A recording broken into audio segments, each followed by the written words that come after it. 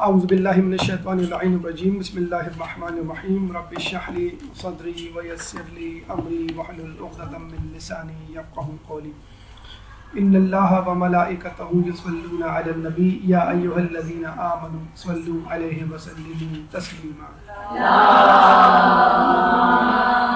صل علی محمد وعلی محمد وعجل فرجهم.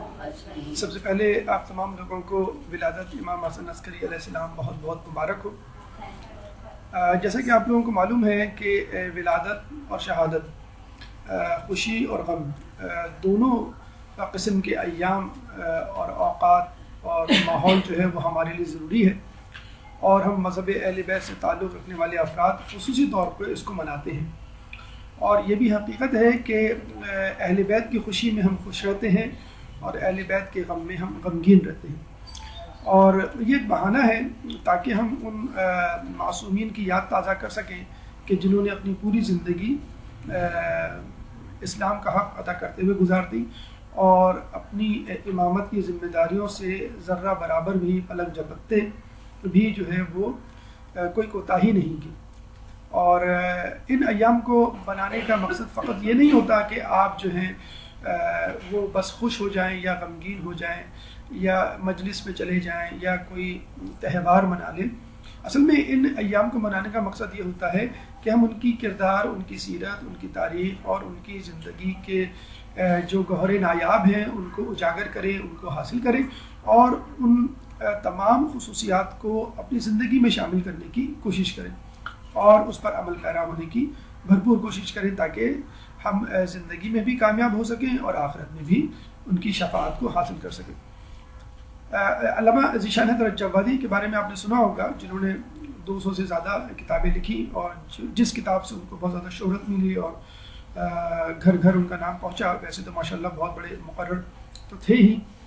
بہرحال نقوش عصمت ان کی ایک کتاب ہے اور جس سے بھی استفادہ کیا ہے ہم نے اس درس کی تیاری میں.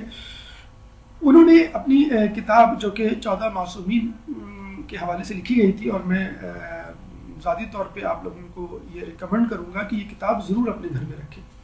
جس طرح آپ کے گھروں میں قرآن مجید کی کتاب ہے، کتاب اللہ ہے، نہج البلاغہ ہے، صحیفہ کاملہ ہے یا دیگر کتابیں ہیں، اس میں نقوش عصمت کا اضافہ ضرور کریں کیونکہ یہ 14 معصومین پر مشتمل ایک جامع ترین کتاب ہے. علامہ ذیشان نقوش عصمت، اس میں 14 معصومین کا تذکرہ، ان کی سیرت اور تاریخ درج ہے. مولانا ذیشان حضرت جوادی اپنی اس کتاب نقوش عصمت کے دیباچے میں مقدمے میں فرماتے ہیں کہ جب میں تاریخ ائمہ معصومین لکھنے بیٹھا یا ان کی سیرت کو کمپائل کرنے، تالیف کرنے بیٹھا تو تاریخ اتنی زیادہ تھی کہ میں سمجھ نہیں پا رہا تھا میں کن کن واقعات کو شامل کروں اور کن واقعات کو شامل نہ کروں. تو میں نے جس بات کو معیار جانا وہ یہ کہ جن واقعات سے ہمارا کوئی اخلاقی پہلو جو ہے وہ سدھر سکتا ہو، اس میں نکھار آ سکتا ہو، وہ ہم ضرور لیں. بہت سارے تاریخی واقعات آپ نے بھی سنے ہوں گے، پڑھے ہوں گے کہ جو غالباً حقیقت میں حق تو ہیں، حقیقت تو ہیں، لیکن عملی میدان میں اس کو کس طرح کیا جائے یہ بڑا مشکل ہوتا ہے. چنانچہ کوشش ہم نے بھی یہی کی ہے کہ آپ کے سامنے آج کے دن ولادت امام حسن کے دن آپ کے سامنے ان کی زندگی کے پہلو اس طرح اجاگر کریں اور وہ پہلو اجاگر کریں کہ جن کو اپنا کر آپ اپنی عملی زندگی میں کوئی تبدیلی لا سکتے ہیں اور جس سے کوئی ایک پریکٹیکل جسے کہتے ہیں کہ ٹپ ہمیں مل سکتی ہے اپنی زندگی کو بہتر سے بہتر بنانے کے لیے. اسی لیے ہم نے جو عنوان درس کا رکھا ہے وہ ہے سیرت امام حسن عسکری علیہ السلام کے اخلاقی پہلو. چند باتیں سیرت امام کو کرنے سے پہلے، ہم بیان کرنے سے پہلے آپ کے سامنے کرنا چاہیں گے کہ دیکھیے تاریخی واقعات، جیسے ہم ایام اعزاں میں تاریخی واقعات سنتے ہیں، ائمہ معصومین کی ولادت اور شہادت کے موقع پر ان کے زندگی کے واقعات ہم سنتے ہیں، تو واقعات کے بہت سارے پہلو ہوتے ہیں. عموماً تاریخی واقعات میں یا ان کی زندگی کے حوالے سے کوئی نہ کوئی ایسا پہلو ضرور نکلتا ہے، کوئی نہ کوئی ایسا واقعہ آپ کی سماعت سے ضرور ٹکراتا ہے کہ جو نزاعی ہوتا ہے، کنٹروورشل ہوتا ہے، یا جسے کہتے ہیں اس میں کوئی کانفلکٹ ہوتا ہے، کنفیوژن ہوتا ہے، اور بسا اوقات آدمی جو ہے اسی کنفیوژن اور کانفلکٹ میں الجھ کے رہ جاتا ہے، اور جب اس کا تسلی تشفی بخش جواب نہیں حاصل کر پاتا تو پھر تھوڑا سا بدل بھی ہو جاتا ہے.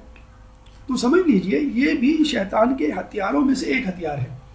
جب وہ دیکھتا ہے کہ ایک مومن یا مومنہ دینی امور سے غافل نہیں ہے اور میرے بہکانے کے باوجود بھی اس نے گناہ چھوڑ دیے ہیں اور نیکی کی راہ کو اپنا لیا ہے، تو اب اس میں وہ شک کی بیماری پیدا کرتا ہے. شک جو ہے وہ بعض اوقات وضو میں شک کی صورت میں آپ کے سامنے آتا ہے. شک جو ہے بسا اوقات وہ نماز میں شکیات رکعات کی صورت میں آپ کے سامنے آتا ہے.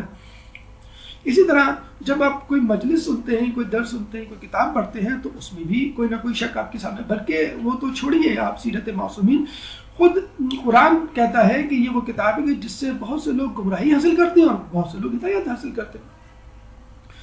تو یہ اس وقت ہوتا ہے کہ جب انسان کا ایمان کچا ہو، یہ اس وقت ہوتا ہے کہ جب وہ کسی کی رہنمائی کے بغیر کوئی کتاب پڑھ رہا ہو یا کوئی بات سمجھنے کی کوشش کر رہا ہو اپنے قیاس کی بنیاد پر، اپنی کم عقلی کی بنیاد پر. اور یہ وہ لوگ ہوتے ہیں کہ جو کمزور ایمان رکھتے ہیں اور کوئی ایسی بات جو سمجھ میں نہ آئے اس کو سمجھے بغیر ہی جسے کہتے ہیں آگے بڑھ جانے کی کوشش کرتے ہیں. یا یہ وہ لوگ ہوتے ہیں جو بلا وجہ کسی غیر اہم بات، مزاحی بات پر اتنی توجہ دیتے ہیں کہ اہم بات جو بھول جاتے ہیں. آپ نے اصحاب کہف کا قصہ قرآن میں پڑھا ہوگا کہ باقاعدہ اللہ کہہ رہا ہے کہ کچھ لوگ کہتے ہیں کہ وہ 3 تھے، چوتھا اس میں کتا تھا. کچھ لوگ کہتے ہیں کہ وہ 5 تھے اور 6واں ان کا کتا تھا، اور کچھ لوگ کہتے ہیں کہ 7 تھے اور 8واں ان کا کتا تھا. کہہ دو ان کو کہ وہ کتنے تھے اللہ کو معلوم ہے. اصحاب کہف کی بات کرتے ہوئے سورہ کہف میں اللہ تعالیٰ یہ فرماتا ہے. اچھا، جب ہم نے یہ پڑھا تو ہم نے کہا اللہ تعالیٰ نے 3 آیتیں، 3 جملے نعوذ باللہ اس میں ضائع کر دیے. 3 تھے، چوتھا کتا تھا، 5 تھے، 6واں کتا تھا، 7 تھے، 8واں کتا تھا. اللہ بتا ہی دیتا شروع میں وہ اتنے تھے اور آگے بڑھ جاتا. تو یہ کہنے کی کیا ضرورت تھی؟ بس اللہ ہی کو معلوم ہے وہ کتنے تھے. اللہ ہی کو جب معلوم تھا تو اللہ بتا دیتا کہ بھئی اتنے تھے اور دیٹس اٹ. اور کفار کا جو نزا تھا، جو ان کے درمیان کنفیوژن، کنٹروورسی تھی، جس پہ وہ جھگڑا جو ختم ہو جاتا، غالباً اس کی وجہ یہ تھی کہ اللہ تعالیٰ میسج دینا چاہ رہا ہے کہ آپ جو میسج ہے اصحاب کہف کا، جو مقصد اور پیغام ہے، اس کو حاصل کریں کہ کس طرح ہم اپنے ایمان پہ ڈٹے رہے، کس طرح اللہ تعالیٰ نے ان کو بچایا، کس طرح اللہ تعالیٰ نے طویل العمر جو ہے طول عمر ان کو عطا کیا. اسی طرح قرآن میں ایک جگہ یہ بھی ہے کہ لوگ جو ہے جھگڑتے ہیں اس بات پر کہ دوزخ کے 19 فرشتے کیوں ہیں. 19 کیوں بھی 20 کیوں نہیں ہے؟ اچھا 20 ہوتے تو آپ کہتے 20 کیوں ہیں؟ 200-250 ہوتے تو آپ کہتے بھائی اتنے سارے فرشتے رکھنے کی کیا ضرورت؟ تو اصل مقصد یہ نہیں ہے. وہ تو جتنے بھی ہوں گے آپ اس پہ اعتراض کریں گے 12 امام کیوں ہیں، 12 سے زیادہ کیوں نہیں ہے، 14 معصومین کیوں ہیں، 14 سے زیادہ کیوں نہیں ہے، 1,24,000 کیوں ہے، 25-26 ہوتے تاکہ جو ہے وہ مزید 2-4 انبیاء آتے نعوذ باللہ ابھی تک تو اور سلسلہ نبوت. تو یہ جو مسائل ہیں یہ صرف نزاعی ہیں، کنٹروورشل ہے، اور شیطان آپ کے دلوں میں ڈالتا ہے کاؤنٹنگز جسے کہتے ہیں کہ وہ اللہ کو معلوم ہے کہ کون سی چیز کتنی تعداد میں پیدا کرنی، کتنی کمیت میں پیدا کرنی. آپ اپنا مقصد زندگی، مقصد حیات اس میں سے اٹھائیں اور جسے کہتے ہیں کہ آگے بڑھ جائیں. تو ہمیں تاریخی واقعات میں عملی جو تاریخی واقعات ہیں ان کو پکڑنا ہے، ان کو سمجھنا ہے اور اپنی عملی زندگی میں ان کو ایڈاپٹ کرنا ہے، اس کی نقل کرنی ہے، اس کی تقلید کرنی ہے، اور نزاعی معاملات کے پیچھے نہیں پڑنا ہے. ورنہ پھر وہی بات ہوگی کہ آپ جو ہے اگر قرآن میں حروف مقطعات الف لام میم یاسین اور حام میم وغیرہ کے پیچھے پڑ جائیں تو عمر گزر جائے گی، اس کے معنی ہمیں بتلائے نہیں گئے تو فائدہ کیا ہوگا. حالانکہ قرآن کے بارے میں ہے کہ وہ ہدایت کے لیے، لیکن اگر آدمی فقط اسی کے پیچھے پڑ جائے تو وہ نہیں سمجھ پائے گا. بلکہ قرآن کی ہر آیت اس بات کا تقاضا کرتی ہے کہ ہم اس آیت کو سمجھنے کے لیے اس کے استاد، اس کو پڑھانے والے یعنی ائمہ طہار سے رجوع کریں اور ان سے پوچھیں کہ قرآن کی فلاں آیت کیا کہتی ہے. دوسری اہم بات کہ ہمیشہ یاد رکھیں آپ کا مشن جو ہے وہ پریکٹیکل ہونا چاہیے، ویژن آئیڈیلسٹک ہونا چاہیے. پریکٹیکل اسٹیپس اپنائیں کہ ہمیں ائمہ کی زندگی سے کیا ملنا ہے، لیکن آپ کا جو ہدف ہو وہ جنت ہو، آپ کا ہدف دوزخ نہ ہو.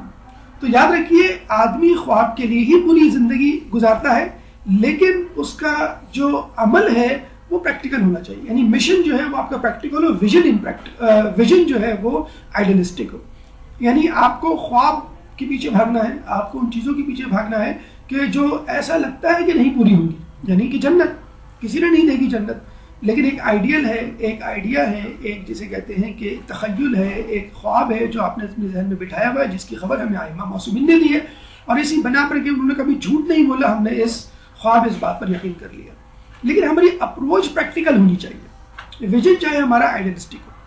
اسی طرح ہسٹری کے بارے میں ایک بات بڑی اچھی کی جاتی ہے، اور وہ یہ ہے کہ history happens twice because people do not listen at the first time. ہم کہتے ہیں کہ ہسٹری 2 بار نہیں بلکہ بار بار ریپیٹ ہوتی ہے. مذہب اہل بیت کے ماننے والوں پر مثلا ظلم و زیادتی فقط ائمہ کے زمانے میں نہیں تھی، ابھی بھی جسے کہتے ہیں کہ وہ روا ہے. پہلے ہی لوگوں کو فقط شیعہ ہونے پر قتل نہیں کر دیا جاتا تھا، بلکہ آج بھی جو ہے ان کو شیعہ ہونے پہ قتل کر دیا جاتا ہے. آج بھی امام بارگاہوں پہ جسے کہتے ہیں کہ دھماکے ہوتے ہیں، لوگ شہید ہوتے ہیں، ٹارگٹ کلنگز ہوتی ہیں. تو آج بھی ان پہ جو ہے وہ ناطقہ بند ہے، اور زندگی جو ہے وہ 2 بھر کی ہوئی ہے. تو آپ کے سامنے کیا ہے، جیسے مثلا کل کا واقعہ ہے، تو یہ واقعات اب بھی ہو رہے ہیں، پہلے بھی ہو رہے تھے. لیکن ہم آگے بڑھ کے یہ بھی کہیں گے کہ ہسٹری 2 مرتبہ نہیں بلکہ 3 مرتبہ ریپیٹ ہوتی ہے. 2 مرتبہ تو ہو ہی رہی ہے، تیسری مرتبہ اس وقت ریپیٹ ہوگی کہ جب ظالم مظلوم کی جگہ اور مظلوم ظالم کی جگہ، جب ظالم کی گردن پہ مظلوم کا پیر ہوگا، اور لوگ جو ہے وہ اپنے اوپر ہونے والے ظلم کا بدلہ لیں گے. کس وقت؟ جب ایک شخص جو خود امام حسن عسکری علیہ السلام کی اولاد میں سے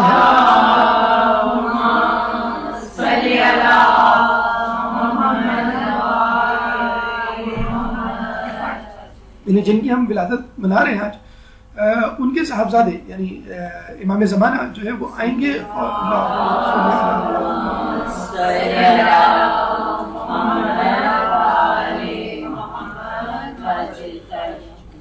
اور اس دنیا کو عدل سے اس طرح بھر دیں گے جیسے وہ ظلم سے بھری ہوگی. اور آج کل جس تواتر سے خبریں آ رہی ہیں، ماحول میں تبدیلیاں آ رہی ہیں، فقط مذہب اہل بیت کے ماننے والے نہیں، غیر شیعہ افراد بھی اس بات کو، غیر مسلم افراد بھی اس بات کو محسوس کر رہے ہیں کہ زندگی میں، دنیا میں اتنی تبدیلیاں آ رہی ہیں، مسلسل تبدیلیاں آئی ہیں، اور تبدیلیاں مسلسل بڑھتی جا رہی ہیں. زندگی اور دنیا کا جو ہے وہ ماحول مسلسل بڑھتا جا رہا ہے، اور لگ رہا ہے کہ ہم کسی ایسی جگہ جانے والے ہیں کہ جہاں پہ ایک بہت بڑا دھماکہ ہوگا، ایک بہت بڑی جنگ ہوگی، اور ایک بہت بڑا معرکہ ہوگا حق و باطل کا. حالیہ وقت میں جو بادشاہ کی موت واقع ہوئی ہے، ہمارے یہاں روایت میں موجود ہے کہ تم مجھے عبداللہ کے جانے کی خبر دو، میں تمہیں امام کے آنے کی خبر دیتا ہوں، اور اس کے بعد آنے والے بادشاہ مہینوں کے بادشاہ ہوں گے، سالوں کے بادشاہ نہیں ہوں گے. تو اس طرح کے واقعات جس کا تذکرہ ہماری روایتوں میں بھی ملتا ہے، اور اس طرح کے لوگوں کا جو ہے، لوگوں اپنے ہی جیسے مسلمانوں کا قتل عام کرنا جو ہے وہ بھی ہمیں ایک جسے کہتے ہیں کہ نوید دے رہا ہے کہ یہ جو ظلم ہو رہا ہے، کہیں یہ سفیانی کا لشکر تو نہیں تیار ہو رہا. اسی طرح جو خوشحالی کی باتیں ہو رہی ہیں، تو کیا کہیں دجال کا لشکر تو تیار نہیں ہو رہا؟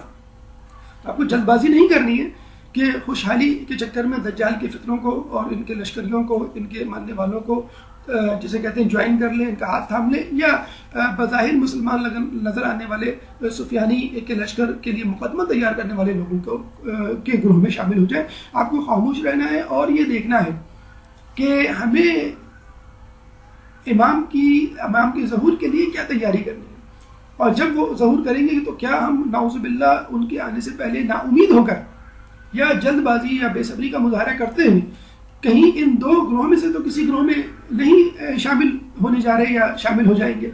تو بہت سکون سے امام کے ظہور کی تیاری کریں اور مکمل طور پہ اپنے آپ کو تیار کریں. کسی بھی وقت اگر امام کا ظہور ہو تو آپ یہ نہ کہہ سکیں کہ مجھے تو معلوم ہی نہیں تھا، یا مجھے سے کہتے ہیں کہ وہم و گمان میں بھی نہیں تھا کہ امام کا ظہور جسے کہتے ہیں کہ ہو جائے گا، میری زندگی میں ہو جائے گا. کچھ نہیں کہہ سکتے، ہو سکتا ہے آپ کی ہماری زندگیوں میں ہو جائے.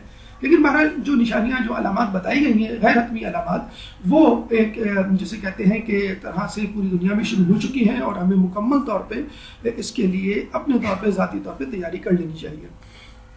آئیے امام کی نقل حیات کی طرف چلتے ہیں. اور سب سے پہلے اس زمن میں مختلف مراحل جو آئیں گے، سب سے پہلا مرحلہ تعارف کا ہے، اس کے بعد بادشاہان وقت، اس کے بعد تیسرا مرحلہ ابتدائی ایام، امام کے روز و شب کیسے گزارا کرتے تھے، اہمیت نماز ان کے سامنے کیا تھی، عفو درگزر جو کہ ان کی اخلاق کا ایک حصہ تھا، مرد میدان یعنی فقط عبادت کے لیے مشہور نہیں تھے، بلکہ ہر وہ عمل ہے، وہ فعل ہے، وہ خصوصیت جو ایک مرد میں ہونی چاہیے وہ ان میں موجود تھی. طبیب یگانہ بھی تھے، مفسر قرآن بھی، نہ صرف مفسر قرآن تھے بلکہ محافظ قرآن بھی تھے. اس کے بعد نہ صرف محافظ قرآن بلکہ مکمل طور پہ محافظ اسلام بھی. کیا کیا کرامات تھیں، کیا سبق حاصل ہو سکتا ہے ہمیں ان سے. شہادت امام اور پھر امام کے اقوال حکیمانہ جو ہمارے لیے بہت زیادہ ضروری ہے تاکہ ہم اپنی زندگیوں کو امام کے اقوال زرعی اور ان کے کلمات کے مطابق ڈھال سکیں. تو سب سے پہلے تعارف کی طرف چلتے ہیں. امام کا جیسے کہتے ہیں کہ مختصر سا تعارف، یہ ہیڈنگز آ جائیں گی ون بائی ون، تو اس میں ایک ساتھ لکھنے کی ضرورت نہیں ہے آپ کو. پہلا مرحلہ تعارف، اس میں گرامی حسن.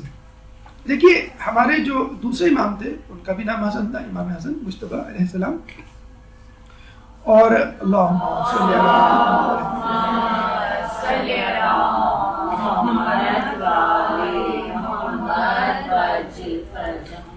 اچھا ہمارے دوسرے امام کا نام بھی امام حسن تھا، اور ہمارے جو ہے سیکنڈ لاسٹ جسے کہتے ہیں ان کا بھی نام جو ہے وہ امام حسن تھا.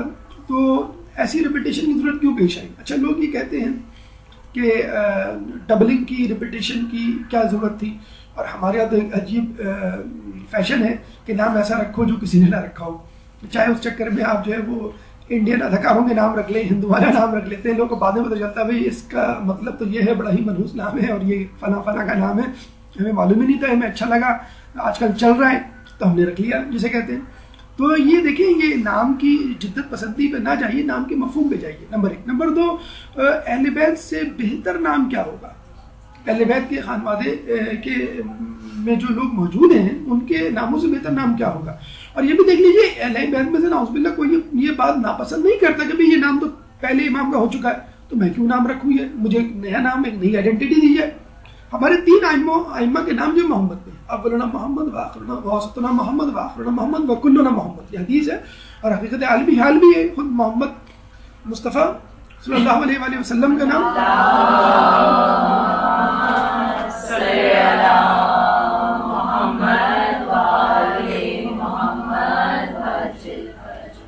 پانچویں امام کا نام اور آخری امام کا نام، دونوں کا نام محمد. اسی طرح حسن بھی آتا ہے، اس طرح علی رضا، علی نام بھی جو ہے آٹھویں امام کا اور جو ہے وہ پہلے امام کا بھی نام. اس میں جو دوسری اہم وجہ ہمیں نظر آتی ہے وہ یہ کہ غالباً امام کا مقصد یہ ہو کہ اس زمانے میں، جیسے اس زمانے میں کیا اب بھی حکمران طبقے کا اور جو اقتدار میں موجود لوگ ہوتے ہیں ان کو ہمیشہ سے علی کے ماننے والوں سے ڈر رہتا ہے کیونکہ یہ حق پر ہوتے ہیں اور ان کے جو رہنما ہیں، ان کے جو امام ہیں وہی خلافت کے حقدار ہیں.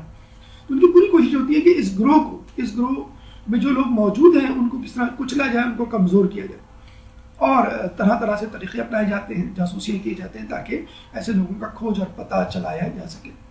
اور سب سے اہم، سب سے آسان سی بات یہ ہوتی ہے کہ کسی کا نام آپ پوچھ لیں، اس نام سے آپ کو پتہ چل جائے گا کہ یہ شیعہ ہے یا غیر شیعہ. امام نے اپنی ہی اولادوں، بلکہ اپنے ہی اولادوں میں سے آنے والے ائمہ کے نام جو ہے وہ اہل بیت میں سے ہی چنے اور بار بار ان کا ناموں کو جو ریپیٹ بھی کیا. تو اس کی وجہ یہی کہ اپنی اولادوں کے نام تم اہل بیت کے نام پر رکھو، اور اس میں چندہ کسی ڈر خوف کی ضرورت نہیں ہے، اور اللہ تعالیٰ تمہیں جو ہے وہ سعادت کو جو ہے اپنانے کی توفیق دے گا. اور ان ناموں کے اثرات بہرحال ہوتے ہیں کہ جب بھی آدمی کوئی نام رکھتا ہے وہ اپنی نام کی لاج رکھنے کے لیے ضرور بالضرور شعوری یا غیر شعوری طور پہ کوشش ضرور کرتا ہے. کنیت ابو محمد، اور کنیت آپ کو معلوم ہے بیٹے کے نام کے حوالے سے اور خصوصاً بڑے بیٹے کے نام کے حوالے سے ہوتی ہے. ابو محمد یعنی محمد کے والد، اور آپ کو معلوم ہے کہ ہمارے 12ویں امام کا نام حقیقت میں محمد ہے، لقب ان کا مہدی ہے.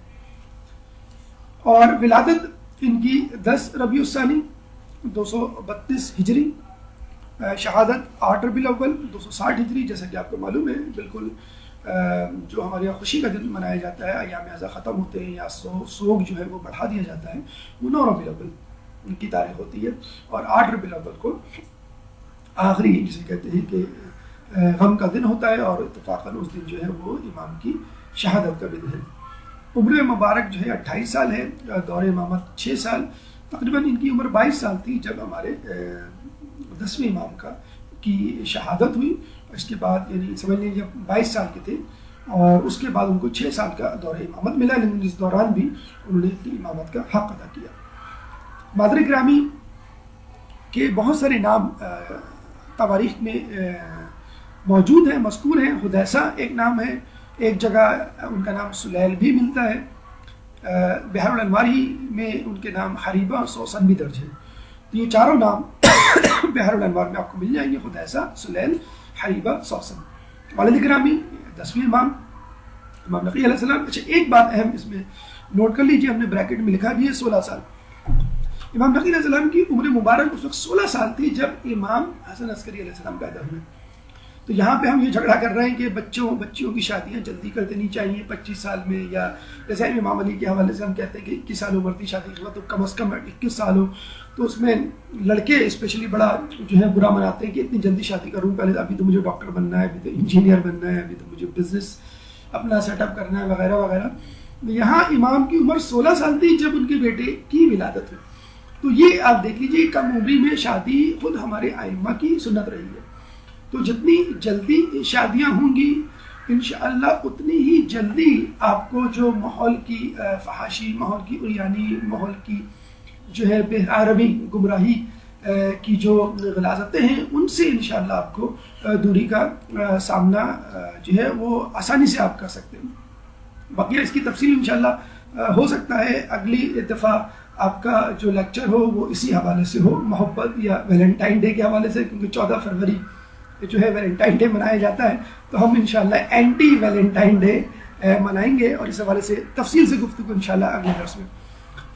زوجہ محترمہ سیقل بھی ان کا نام ملتا ہے اور نرجس خاتون بھی ملتا ہے. یہ قیصر روم کی پوتی تھی اور شمعون جو کہ وسیع تھے حضرت عیسیٰ علیہ السلام ان کی نواسی تھی. بڑی تفصیلی گفتگو، بڑا تفصیلی واقعہ ملتا ہے وہ کس طرح جو ہے انہوں نے اپنے آپ کو بطور کنیز بنا کر بیچا بازار میں، اور کس طرح وہ امام کے گھر تک پہنچی اور ان کی شادی جو ہے وہ امام حسن عسکری علیہ السلام سے ہوئی اور ان کے وطن سے امام زمانہ تولد ہوئے. تو وہ انشاءاللہ کبھی ہوا تو وہ تفصیل آپ کے سامنے پیش کی جائے گی.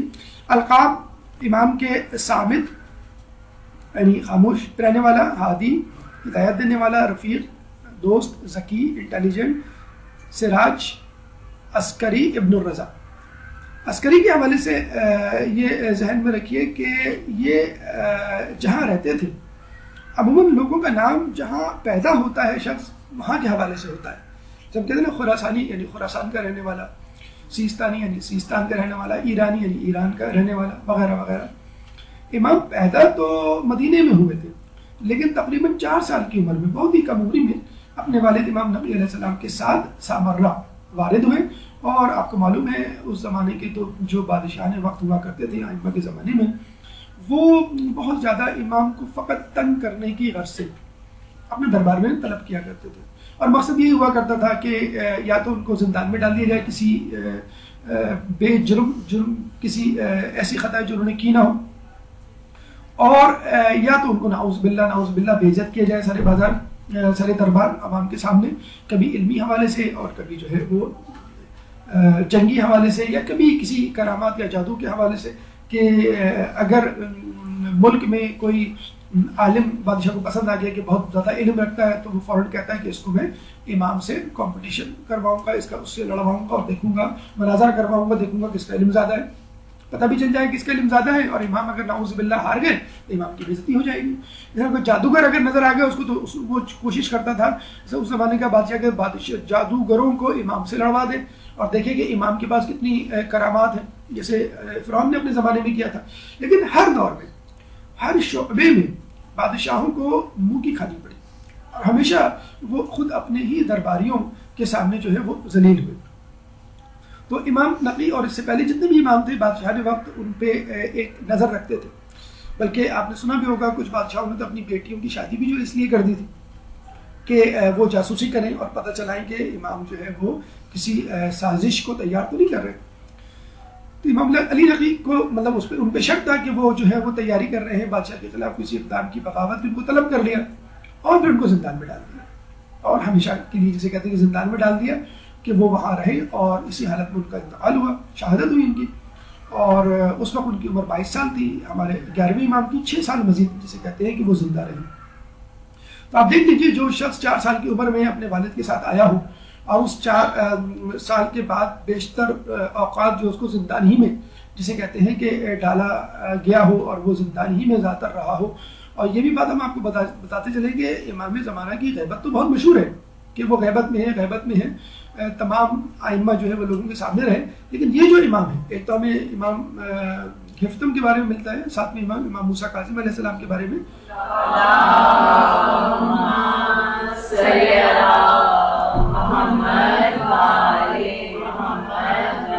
کہ وہ 14 سال زندان میں رہے. لیکن یہ امام بھی جو ہے بیشتر اوقات نے جو ہے بیشتر وقت اپنی زندگی کا زندانی میں گزارا اور اتنا زیادہ لوگوں کی نظروں سے اوجھل رہے کہ یوں سمجھ لیے لوگ ان کو بھی غیبت میں سمجھنے لگے. یا یوں سمجھ لیے کہ ان کی زندگی کی غیبت مقدمہ تھی امام زمانہ کی غیبت کا، کہ لوگ غیبت کے عادی ہو جائیں اور لوگوں کو یہ احساس ہو جائے کہ ہمارا امام غیبت میں بھی جا سکتا ہے، بہت عرصے تک ہماری نظروں سے اوجھل بھی ہو سکتا ہے، لیکن اس کے باوجود ہمیں ان کی ہدایات پر مسلسل عمل کرتے رہنا ہے. ابن رضا اس لیے کہا جاتا تھا ان کو کہ یہ ان کے والد یعنی امام نقی خود رضا کے نام سے مشہور تھے. یعنی ان کا لقب جیسے امام علی رضا کا لقب جو ہے وہ رضا تھا، امام علی رضا کے لقب کے بعد یہ جو لقب جو ہے امام نقی علیہ السلام کے لیے بھی تھا. تو یہ اپنے جد اور اپنے باپ کے لقب سے بھی مشہور تھے کیونکہ ان کے باپ اور ان کے جد لوگوں میں مقبول بہت تھے. اچھا اس کے بعد عسکری رہ گیا. عسکری کے حوالے سے یاد رکھیں کہ جہاں یہ گئے تھے وہ علاقہ بڑا سرسبز و شاداب تھا اور عسکری اس کو اس لیے کہتے تھے کہ یہ ایک طرح کا ملٹری بیس تھا، فوجی چھاونی جسے کہتے ہیں، کنٹونمنٹ جسے کہتے ہیں. اور بادشاہ تھا اس زمانے میں معتصم باللہ. وہ ایک زمانے میں جب وہاں سے گزر رہا تھا تو یہ ترکوں کی جائیداد تھی، علاقہ ترکی فوج کے ساتھ گزر رہا تھا. تو یہ جو جائیداد تھی یہ عیسائی پادریوں کی تھی اور یہ بہت خوبصورت باغ تھا اس زمانے میں. اس کو یہ باغ بڑا پسند آیا. اس نے کہا کہ میں یہیں پر رہوں گا اور اپنی فوج کی بھی تربیت یہیں کروں گا، اس کو یہیں رکھوں گا. تو اس نے باقاعدہ یہاں پڑاؤ ڈال لیا اور اتنی خوبصورت جگہ تھی کہ اس نے دیکھتے ہی اس کے منہ سے نکلا سرمن رائے، یعنی وہ جگہ جس کو دیکھ کے، وہ چیز جس کو دیکھ کے دل خوش ہو جائے. یہ جو نام ہے سرمن رائے، سمرہ کا دوسرا نام، یہ معتصم باللہ کا دیا ہوا ہے اور لوگوں میں مشہور ہو گیا. تو سرمن رائے بیسیکلی ایک گارڈن تھا، بہت بڑا باغ تھا کہ جس کو اس نے عیسائی پادریوں سے خریدا. اور سرمن رائے اس باغ کے برابر میں بہت بڑی آبادی تھی جو حقیقت میں سامرہ تھی. لیکن سامرہ شہر بڑے ہوتے ہوتے اتنا بڑا ہو گیا کہ سرمن رائے یعنی فوجی چھاونی والا علاقہ، وہ باغ جو معتصم باللہ نے عیسائی پادریوں سے خریدا تھا، وہ اس میں شامل ہو گیا. اب لوگ سرمن رائے اور سامرہ کو ایک ہی جیسا سمجھتے ہیں، یعنی دونوں ایکول ہیں. حقیقت میں سرمن رائے ایک گارڈن کا نام تھا کہ جہاں پہ اس نے اپنی فوجی چھاونی بنائی تھی اور اس کے ساتھ شہر تھا سامرہ. بہرحال sermon Rai is a part of سامرہ نام، اس کا حصہ. جیسے کراچی میں بہت سارے علاقے جو اس وقت کراچی کے مضافات کہلاتے ہیں وہ کسی زمانے میں کراچی میں شامل ہی نہیں تھے. اور یہ بڑے شہر کی خصوصیت ہوتی ہے کہ وہ بڑھتے بڑھتے اتنا بڑھ جاتا ہے کہ آس پاس کے چھوٹے چھوٹے علاقے بھی اس میں شامل ہو جاتے ہیں. جیسے قازمین ہے، وہ بغداد میں نہیں تھا لیکن اب اس کو بغداد کا حصہ جسے کہتے ہیں کہ سمجھا جاتا ہے. بہرحال تو یہ بڑا پرفضا مقام تھا. اس نے اپنی فوجی چھاونی بنائی اور یہ بھی کہتے ہیں کہ اس نے امام علی نقی علیہ السلام کو طلب ہی اس لیے کیا تھا کہ اپنی فوجی شان و شوکت کا مظاہرہ کر سکے. تقریباً 90,000 فوج کی پریڈ دکھائی گئی باقاعدہ. اور امام کو اس لیے دکھائی گیا کہ دیکھو تم اگر چاہتے ہو یا تمہارے دل میں کوئی وہم و گمان ہے کہ تم ہمارے خلاف بغاوت کرو گے یا کامیاب ہو جاؤ گے تو بھول جاؤ، یہ 90,000 کی فوج ہے ہمارے پاس، تم کیا مقابلہ کرو گے اس کا؟ نعوذ باللہ. امام نے کیا کہا؟ کچھ نہیں کہا. اس کو کہا کہ میری 2 انگلیوں کے درمیان دیکھو. اور جب اس بادشاہ نے امام کی 2 انگلیوں کے درمیان دیکھا تو امام کی اصل فوج نظر آئی جو کہ فرشتوں کی صورت میں آسمان سے نزول کر رہی تھی. یعنی وہ فوج جو بدر میں رسول اللہ کے لیے امداد کے لیے مدد کے لیے اتری تھی. جب اس نے دیکھا تو بے ہوش ہو کر گر پڑا کہ میں اس فوج کا کیسے مقابلہ کروں گا؟ میرے پاس جو فوج ہے وہ زمینی ہے اور امام کے پاس جو فوج ہے وہ آسمانی ہے. امام نے بتلا دیا کہ دیکھو اگر مقابلے کی اور طاقت کی بات کرتے ہو تو ہم تم سے زیادہ طاقت رکھتے ہیں، ہم اکیلے ہی کافی ہیں تمہارے مقابلے کے لیے. لیکن مصلحت خداوندی ہے کہ ہم قیام نہ کریں، مصلحت خداوندی ہے کہ ہم خاموش بیٹھے رہے؟ مسئلہ خداوندی ہے کہ ہم کوئی عملی اقدام تمہارے خلاف نہ اٹھائیں۔ تو بہرحال خوف اور جسے کہتے ہیں کہ اس کو پریشانی تو تھی، لیکن اس کے باوجود بھی اس نے امام کو زندان میں ڈال دیا، اور تنگ آ کے پھر جو ہے جب اس سے کچھ نہ بن سکا تو امام کو زہر دلوا دیا، اور اس کے بعد اس کے آنے والے بادشاہوں نے بھی وہی کام کیا، اور امام حسن عسکری علیہ السلام کو بھی زہر دے کر ان کی جو قتل کیا گیا، ان کی شہادت ہوئی۔ نقش انگشتری یعنی ان کی انگوٹھی جو تھی تو تھی، انگوٹھی میں ایک نقش یعنی اس پہ لکھائی بھی ہوا کرتی تھی اس زمانے میں، سبحانہ من لہ مقالید السماوات والارض، پاک ہے وہ ذات کے جس کے ہاتھ میں زمین و آسمان کی چابیاں ہیں، پاک ہے وہ ذات کہ جس کے ہاتھ میں زمین و آسمان کی چابیاں ہیں۔ اور کچھ روایت کے مطابق امام کی انگوٹھی پہ یہ بھی نقش تھا کہ انا للہ شہید یا ان للہ شہید، یعنی میں اللہ کی بارگاہ میں حاضر ہوں یا بے شک میں اللہ کی بارگاہ میں حاضر ہوں۔ دیکھیں ہمارے یہاں بھی ایک رواج ہے، دیکھیں انسان کی فطرت، انسان کا نیچر تو وہی رہتا ہے، انسان ہے۔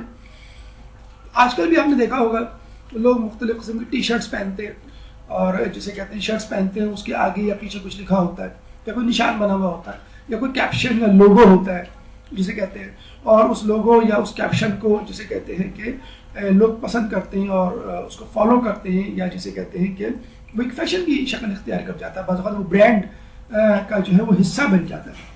تو اپنے بچوں کو یا خود اپنے آپ کو اس بات کے لیے تیار کریں کہ بھئی ہم ایسے لباس پہننے کے بجائے ایسی انگشتری، ایسی انگوٹھی کیوں نہ اپنے ہاتھوں میں پہنے کہ جس میں کچھ لکھا ہو، ائمہ کے نام لکھے ہو، کوئی آیت لکھی ہو، یا کوئی ایسا قول لکھا ہو جس کو دیکھ کے، جس کو پڑھ کر ہمارے ایمان میں جسے کہتے ہیں کہ وہ اضافہ ہو۔ اب دیکھیے کہ جیسے قرآن کی ایک آیت ہے وَهُوَ مَعَكُمْ أَيْنَمَا كُنْتُمْ، وَهُوَ مَعَكُمْ أَيْنَمَا كُنْتُمْ، کہ تم جہاں بھی ہو وہ خدا تمہارے ساتھ ہے۔ اب یہ اس آیت کی تشریح ہے کہ نہیں، انا للہ شہید، میں اس کی بارگاہ میں حاضر ہوں۔ اگر آپ یہ آیت یا یہ جملہ اپنی انگوٹھی پہ لکھوا لیں یا اپنے سامنے رکھیں، اپنے ذہن میں دہراتے رہیں، تو مجھے بتلائیے کہ کیا کوئی شخص گناہ کر سکتا ہے؟ اگر مسلسل بدستور وہ اپنے یہ بات ذہن میں رکھ لے کہ میں اللہ کی بارگاہ میں حاضر ہوں اور میں اللہ کے سامنے ہوں، میں جہاں بھی ہوں اللہ میرے ساتھ ہے، تو وہ کبھی بھی جسے کہتے ہیں کہ گناہ نہیں کر سکتا۔ کیوں؟ ہم دیکھتے ہیں کہ ہمارے مجتہدین اور علماء کرام جتنے تقوی کی اعلیٰ منزلوں پہ تھے کہ وہ یہ بات ذہن میں رکھتے تھے۔ مقدس اردبیلی کے بارے میں آپ سن چکے ہیں کہ وہ 40 سال تک پیر پھیلا کے نہیں سوئے۔ کیوں؟ کہ وہ اپنے آپ کو ہمیشہ خدا کی بارگاہ میں حاضر و ناظر سمجھتے تھے۔ تو اگر آپ یہ نہیں کر سکتے تو کم از کم جسے کہتے ہیں کہ اپنے آس پاس کے ماحول میں کچھ اس طرح کی جسے کہتے ہیں کہ آیات اور روایات یا ایسے جملے لکھوا لیں یا توہرا بنا کے جسے کہتے ہیں کہ دیواروں پہ لٹکا دیں گے، جس کو دیکھ دیکھ کے، جس کو پڑھ پڑھ کے آپ کے جو ہے وہ ایمان تازہ ہوتا رہے۔ ایسی ایبسٹریکٹ آرٹ کی پکچرز یا ایسے واز یا ایسے ڈیکوریشن پیسز جن کا کوئی مقصد اور مفہوم نہیں ہوتا، وہ رکھنے کی بجائے، وہ سجانے کی بجائے اگر آدمی آیات اور روایات سے اپنے گھروں کو، اپنے لباس کو یا اپنی آس پاس کی چیزوں کو سجائے۔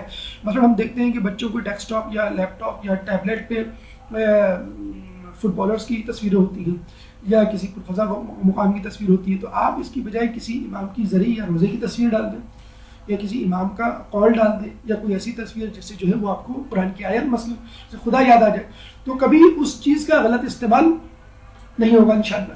وہ آیت، وہ روایت، وہ تصویر آپ کو صحیح راہ کی طرف گامزن کرتی رہے گی۔ بادشاہی وقت واثق باللہ، جب آپ امامت کے عہدے پر فائز ہوئے، اس کے بعد متوکل، پھر مستنصر، پھر مستعین، پھر معتز باللہ، پھر مقتدی اور پھر معتمد۔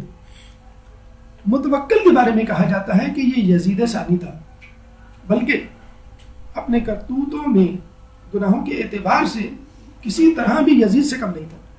یہ وہ شخص تھا کہ جس نے پہلے کے بادشاہوں نے تو آئمہ پر ظلم کیے، اس شخص نے آئمہ کے روزے مبارک پر ظلم کیے، اور یہ وہ شخص تھا ملعون کہ جس نے امام حسین علیہ السلام کی قبر مبارک کے نشان کو مٹانے کی کوشش کی اور دریائے فرات کا رخ امام کی طرف کر دیا، یعنی اس طرح کھدائی کی دریا سے کہ ایک بہت بڑی نالی یا جسے کہتے ہیں کہ نہر کھدوائی کہ سارا پانی اس میں جمع ہو جائے اور پانی اتنے فلو سے، اتنے فورس سے، اتنی طاقت سے آئے کہ نعوذ باللہ امام کی قبر کو بہا لے جائے اور یا اس کے اوپر سے گزر جائے. اور جب امام کی قبر کے اوپر پانی ہوگا، دریا بہ رہا ہوگا، لوگوں کو پتہ ہی نہیں ہوگا امام کی قبر کا، اور وہ لوگ امام کی قبر کو بھول جائیں گے اور زیارت بھی نہیں ہوا کرے گی، لوگ زیارتوں پہ بھی نہیں آیا کریں گے. اور حقیقت میں ان لوگوں کو حسد ہوا کرتا تھا جب وہ دیکھتے تھے کہ ہمارے آباء و اجداد کی قبریں بھی آس پاس موجود ہیں، مثلا سامرہ میں موجود ہیں اور جگہوں میں موجود ہیں. 6 بادشاہ مطلب سامرہ میں گزرے ہیں، ان کی قبریں وہاں موجود ہیں، لیکن کوئی شخص جو ہے وہاں پہ نہیں ملتا جسے کہتے ہیں آنے جانے کے لیے. اور ابھی بھی آپ سنتے ہوں گے کچھ بادشاہوں کی قبروں کے آس پاس تو کوڑا کرکٹ کے ڈھیر لگے ہوئے ہیں، حشرات الارض ہیں، جانور ہیں، گندگی ہے. تو وہ اس سے بہت خوف کھاتے تھے، غصے میں آتے تھے کہ یہ کیا ہے، ہمارے پاس اتنا مال و اسباب ہے، اس کے باوجود ہماری عزت کی قبروں پہ کوئی نہیں جاتا اور ان ائمہ کی قبروں میں سب جاتے ہیں. تو اس ملعون نے یہ کوشش کی کسی طرح امام حسین کی قبر کا نشان میں مٹا دوں تاکہ جو زائرین آتے ہو رہا ہے. کہتے ہیں کہ دریا فرات کا پانی آیا اور امام کی قبر پہ آنے سے پہلے رک گیا اور پھر امام کی قبر کا طواف کرنے لگا.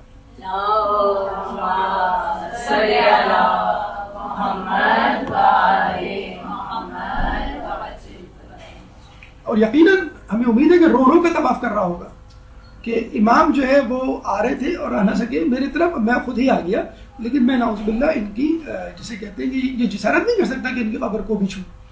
تو یہ ملعون جو ہے وہ یہی وہ ملعون تھا کہ جو اہل بیت کی شان میں گستاخی کرتا تھا، علی الاعلان بی بی سیدہ سلام اللہ علیہ کی شان میں گستاخی کرتا تھا، علی الاعلان اتنی زیادہ گستاخی کہ خود اس کے درباری تنگ آ گئے تھے. اب اندازہ لگا لیں کہ بنو امیہ کے حواری، بنو امیہ کے وزراء، بلکہ خود اس کا بیٹا مستنصر کے بارے میں آتا ہے کہ وہ خود پریشان ہو گیا کہ میرے والد کچھ زیادہ ہی حد سے بڑھتے جا رہے ہیں. اس نے باقاعدہ علماء سے فتویٰ لیا اور اپنے باپ کو قتل کر ڈالا اور پھر جو ہے وہ خود بادشاہ کی مسکن پہ بیٹھ گیا. اب اس پہ کتنا محب اہل بیت کی وجہ شامل تھی اور کتنی جو ہے خود اس کی خواہش یا لالچ شامل تھی بادشاہت کی، واللہ اعلم. بہرحال اس کے بعد مستعین برا جمان ہوا، اس نے بھی بہت کوشش کی امام کو ستانے کی، اور اس کے بعد معتز باللہ جس نے امام کو زہر دے کے شہید کیا، ان کے والد کو، امام نقی علیہ السلام کو، پھر محتدی اور پھر معتمد نے امام حسن عسکری علیہ السلام کو شہید کیا. ان کے والد کو، امام نقی کو معتز باللہ نے، اور خود ان کو شہید کرنے والا معتمد تھا. یہ بادشاہانی وقت تھے اور ان کے کرتوت تھے کہ جنہوں نے پوری کوشش کی کہ اپنے اپنے زمانے کے ائمہ کو کس طرح پریشان کیا جائے اور ان کو اپنے کام نہ کرنے دیے جائے اور ہمیشہ اس خوف میں مبتلا رہے کہ کہیں ہمارے خلاف کوئی سازش تو تیار نہیں ہو رہی. ایک واقعہ امام کے بچپن کے حوالے سے ملتا ہے اور یہ واقعہ اپنے بچوں کو آپ ضرور سنائیں. جو بچے یہ کہتے ہیں کہ امی ابھی ہم چھوٹے ہیں، ہم نماز کیوں پڑھیں، ابھی ہم بالغ نہیں ہوئے، ہم حجاب کیوں کریں، ابھی جو ہے ہم پر روزہ نماز فرض نہیں ہوئے تو ہم یہ عبادات کیوں بجائے لائیں. ایک دفعہ یہی ہمارے امام جو ہے بالکل جسے کہتے ہیں کم عمری میں بچپن میں کہیں کھڑے ہوئے تھے تو بہل الدانہ کا وہاں سے گزر ہوا تو انہوں نے دیکھا امام جو ہے الگ الگ خاموش کھڑے ہیں اور بچے کھیل رہے ہیں. تو بہل الدانہ نے کہا کہ آپ کیوں خاموش کھڑے ہیں، آپ کیوں الگ الگ کھڑے، کیا آپ کے پاس کوئی کھلونا نہیں ہے، میں آپ کے لیے کھلونا لا دوں. تو امام نے کہا کہ ہم لہو و لعب، کھیل کود کے لیے پیدا نہیں ہوئے. امام نے کہا ابھی تو آپ نابالغ ہیں، ابھی تو آپ بچے ہیں، ابھی تو آپ کھیل سکتے ہیں. تو امام نے پھر واضح نصیحت کی کہ ہم جو ہے وہ اس کام کے لیے پیدا نہیں ہوئے. تو وہ بڑا جسے کہتے ہیں کہ پریشان ہوا کہ بھئی آپ بچے، آپ پہ کوئی ذمہ داری، کوئی واجبات تو ہے نہیں. امام نے دیکھیں کتنی عجیب بات کی، کیا اسٹریٹجی، کیا حکمت تھی جو آپ بچوں کو سمجھا سکتے ہیں، سکھا سکتے ہیں. کیا کہا امام نے کہ میں نے اپنے بچپن میں اپنی ماں کو جب کھانا پکانے کے لیے لکڑیاں جلاتے ہوئے دیکھا تھا تو میں یہ دیکھتا تھا کہ میری ماں پہلے چھوٹی چھوٹی لکڑیاں آگ میں ڈالتی تھی تاکہ آگ بھڑک اٹھے اور اس کے بعد بڑی لکڑیوں کو ڈالتی تھی. تو آگ جو ہے چھوٹی لکڑیوں سے جلتی ہے، بڑی لکڑیوں سے نہیں. مجھے یہ خوف ہے قیامت کے دن اللہ تعالیٰ نعوذ باللہ من ذالک، اللہ تعالیٰ جو ہے وہ دوزخ میں بچوں کو پہلے نہ ڈالے دوزخ کی آگ بھڑکانے کے لیے اور پھر بڑوں کو ڈالے بڑی لکڑیوں کی طرف. اب دیکھیے امام کی حکمت عملی، کیا اگر آدمی خوف خدا پیدا کرنا چاہے تو 1000 طریقے سے پیدا کر سکتا ہے، اور آدمی اگر جسے کہتے ہیں خدا کو ناراض کرنا چاہے، اپنے نفس کو خوش کرنا چاہے تو اس کے بھی 1000 طریقے موجود ہیں. یہ طریقہ اپنے بچوں کو سکھائیں. وہ لڑکی جو 8 سال تک حجاب نہ کرے، 9 سال تک حجاب نہ کرے اور 9 سال کے فوراً بعد کہہ دیا جائے کہ تم جو ہے آج سے تمہیں حجاب کرنا ہے، کل تک جو ہے وہ بے حجاب گھوم رہی تھی، آج صبح آپ کہتے ہیں بھائی تم بالغ ہو گئی اور تمہیں جو ہے حجاب کرنا ہے، امپاسبل، اس کے لیے ناممکن ہے حجاب کرنا کہ 8-9 سال جو ہے وہ اس طرح گزارے اور ایک دم سے اس کو کہیں آپ 1 سال جو ہے وہ ایک دن میں حجاب کر لیں. جس لڑکے نے جو ہے وہ 15 سال نماز نہیں پڑھی، 15 سال بعد ایک دم سے آپ کہتے ہیں اس کو کہ آج تم بالغ ہو گئے، آج جو ہے تم پہ نماز واجب ہے، تمہیں نماز پڑھنا. تو جس طرح ہم نے دیکھا ہوگا کہ بچے اپنے ماں باپ کی کاپی کرتے ہیں، ڈریسنگ میں، کھانے پینے میں، بولنے میں نقل اتارتے ہیں. بعض آپ نے دیکھا ہوگا آپ کی غیر موجودگی میں ٹیچرز کی نقلیں اتارتے ہیں ان کی غیر موجودگی میں. تو جب وہ کاپی کرتے ہیں، دیکھو اپنا بچہ جو ہے 12-13 سال کا ہوتا ہے لیکن ہاتھ میں گاڑی ہوتی ہے، وہ چابی ہوتی ہے، کبھی گاڑی کا انیشن اسٹارٹ کر رہا ہوتا ہے، کبھی اسکوٹر پہ کک مار رہا ہوتا ہے، بڑا بننے کی کوشش کرتا ہے، بابا کے کپڑے پہننے کی کوشش کرتا ہے. اور چھوٹی بچی بھی جو ہے وہ لڑکی بھی جو ہے وہ ماں کی نقل اتارتی ہے، کبھی جو ہے وہ چمچہ کا ویل لے کے کچن میں چلی جاتی ہے، کبھی میک اپ سامان نکال کے میک اپ کرنا شروع کر دیتی ہے. تو آپ بچوں کو بتائیں کہ دیکھیے بیٹا آپ کو بڑا بننے کی اگر جستجو ہے، دلچسپی ہے، تو آپ ان ذمہ داریوں کو اپنانا شروع کریں جو آپ کے ماں باپ ادا کر رہے ہیں. آپ نماز روزوں کو انجام دینا شروع کریں جو آپ پہ فرض تو نہیں ہوئے، لیکن اگر آپ ان کی پریکٹس کریں گے تو اللہ تعالیٰ اس میں تقویت دے گا. اور عادت ڈلتی ہے. جب آپ ابھی سے کوشش کریں، جس طرح میں امتحان ہوتا ہے، او لیول ہے، میٹرک کا امتحان ہے، وہی اصل امتحان ہے جس کی ڈگری جو ہے وہ سرٹیفائڈ ہوتی ہے، آفیشیل ہوتی ہے، سی وی میں پریزنٹ کی جاتی ہے. لیکن اس او لیول ایگزام کے لیے، میٹرک کے ایگزام کے لیے مقدمہ کتنا طویل ہوتا ہے؟ 8 سال کا مقدمہ ہوتا ہے. بلکہ 8 سال کا Montessori, play group, kinder garden کو آپ ملا دیں 10 سال مقدماتی طور پہ آپ پڑھائی کر رہے ہوتے ہیں، اپنے آپ کو تیار کر رہے ہوتے ہیں. یعنی اگر آپ او لیول کا ایگزام دینے چاہیں، 8 سال تک اسکول نہ جائیں اور 10 سال تک، یا جسے کہتے ہیں نہ پڑھیں 8 کلاسیں، اور ایک دم سے جا کے آپ کہیں مجھے ایگزام دینا، تو کوئی آپ کو روکے گا نہیں. تو اسی طرح بچوں کو یہ کہیں کہ آپ جو ہے ابھی بالغ تو نہیں ہوئے، لیکن اگر آپ نے یہ سمجھا کہ میں 15 سال بعد یا 9 سال بعد فوراً ذمہ داری کو اٹھا لوں گا یا اٹھا لوں گی، تو یہ آپ کی بھول ہے. آپ کو ابھی سے اس کی پریکٹس کرنی ہے جو آپ کے اوپر واجب ہونے جا رہی ہے. امام روزہ شب کیسے گزارتے تھے؟ امام سجاد کے حوالے سے ان کی کنیز سے کسی نے پوچھا کہ تمہارے امام کیسے تھے؟ کنیز نے یہ پوچھا تھا کہ میں مختصر بتاؤں گا تفصیل سے. پوچھنے والے نے کہا کہ اختصار سے بتاؤ. اس نے کیا کہا تھا کہ رات میں نے بستر نہیں لگایا اور دن میں کبھی دستر نہیں لگایا. یعنی رات میں سوئی نہیں اور دن میں کھایا پیا نہیں، انہوں نے کچھ روزہ رکھا ہمیشہ. تو امام فقط یہ کام اس وقت نہیں کیا کرتے تھے کہ جب وہ گھروں میں ہوا کرتے تھے، جس طرح ہم ہوتے ہیں اپنے گھروں میں، اور تھوڑی سی کوئی تکلیف ہوئی تو فوراً ہمارے سارے روٹین ڈسٹرب ہو جاتے ہیں. جب زندان میں ہوا کرتے تھے اس وقت بھی ان کا روٹین وہی ہوا کرتا تھا. حالانکہ تکلیف کے معاملے میں بہت ساری چیزیں ساقط ہو جاتی ہیں. سفر میں مثلا نماز ساقط ہو جاتی ہے، اللہ تعالیٰ بوجھ نہیں ڈالتا. اللہ تعالیٰ کہتا ہے کہ کوئی مصیبت، کوئی تکلیف ہو تو اپنے بوجھ کو کم کر لو. لیکن اس کے باوجود بھی زندان میں وہ رات بھر عبادت کرتے تھے اور دن بھر روزے رکھتے تھے. کہتے ہیں کہ محتدی نے، جو بادشاہ تھا، اس نے صالح بن وسیف، مطلب ایک بہت ظالم شخص تھا جس کی جیل تھی، جسے کہتے ہیں ایک ٹارچر سیل تھا جس کے پاس، اس کو دیا کہ تم ان کو رکھو اور ان کو اذیتیں دو جتنی دے سکتے ہو. پھر صالح بن وسیف نے اس جیل کے سب سے ظالم شخص، جلاد کا جو انتخاب کیا وہ تھا علی بن یارمش، کہ تم امام کو جو ہے جتنی تکلیف دے سکتے ہو دو. کچھ عرصے بعد محتدی نے آ کے پوچھا کہ بھائی اس قیدی کا کیا حال ہے جو میں نے تمہیں دیا تھا؟ تو علی بن یارمش جو ہے پتہ چلا کہ وہ خود بڑا مقتدی پرہیزگار آدمی بن گیا. کیوں؟ کہ ہم ایسے شخص کو کس طرح تکلیف دے سکتے ہیں کہ جو دن بھر روزے رکھتا ہے اور رات بھر عبادت کرتا ہے. یعنی جلاد سے جلاد صفت شخص دشمن امام، جن کا کوئی تعلق نہیں علم سے، جن کا کوئی تعلق نہیں تقوی سے، جن کا کوئی تعلق نہیں مذہب اہل بیت سے، جب وہ امام کو دیکھتے تھے عبادت کرتے ہوئے یا جسے کہتے ہیں کہ روزہ رکھتے ہوئے، وہ خود بھی جو ہے وہ موم ہونے سے اپنے آپ کو نہیں روک سکتے. نماز کے حوالے سے، امام علی کے حوالے سے آپ کو اچھی طرح وہ واقعہ یاد ہے کہ جنگ صفین میں جب وہ بار بار اپنی نگاہ آسمان کی طرف اٹھاتے تو ابن عباس نے ان سے پوچھا کہ آپ کیا دیکھ رہے ہیں؟ ان کا سورج دیکھ رہا ہوں. میں کیوں دیکھ رہے ہیں؟ کہ اس لیے یہ دیکھنا چاہتا ہوں کہ نماز ظہر کا وقت ہوا یا نہیں ہوا. تو ابن عباس نے کہا کہ آپ اس حالت جنگ میں نماز کی فکر کر رہے ہیں. تو امام نے فرمایا میں اسی نماز کے لیے تو جنگ کر رہا ہوں. تو فقط نماز جنگ نہیں، ہر جگہ جب بھی نماز کا وقت آئے بس سمجھ لیجئے جنگ شروع ہو گئی. آپ ٹی وی پہ کوئی پروگرام دیکھ رہے ہیں، آپ جو ہے وہ فون کال اٹینڈ کر رہے ہیں، آپ جو ہے وہ کسی کو ایس ایم ایس کر رہے ہیں، آپ جسے کہتے ہیں کوئی کھیل کھیل رہے ہیں، آپ جو ہے کوئی ایسا کام کر رہے ہیں جس میں آپ مشغول ہیں اور نماز کا وقت آ جاتا ہے. بس سمجھ لیجیے جنگ شروع ہو گئی. کیا جنگ؟ شیطان کی اور آپ کی، نفس کی اور آپ کی.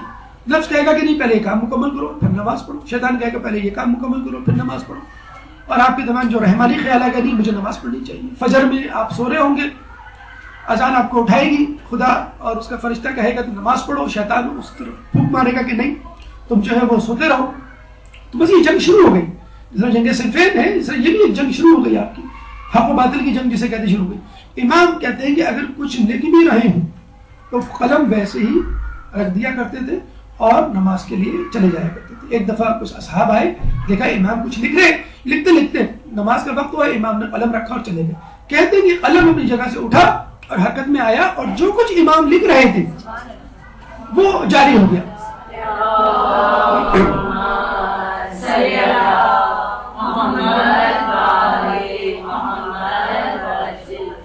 اور جب امام واپس آئے تو قلم نے ان کی تحریر کو مکمل کیا اور جہاں مکمل کیا امام نے اس سے آگے سے شروع کیا.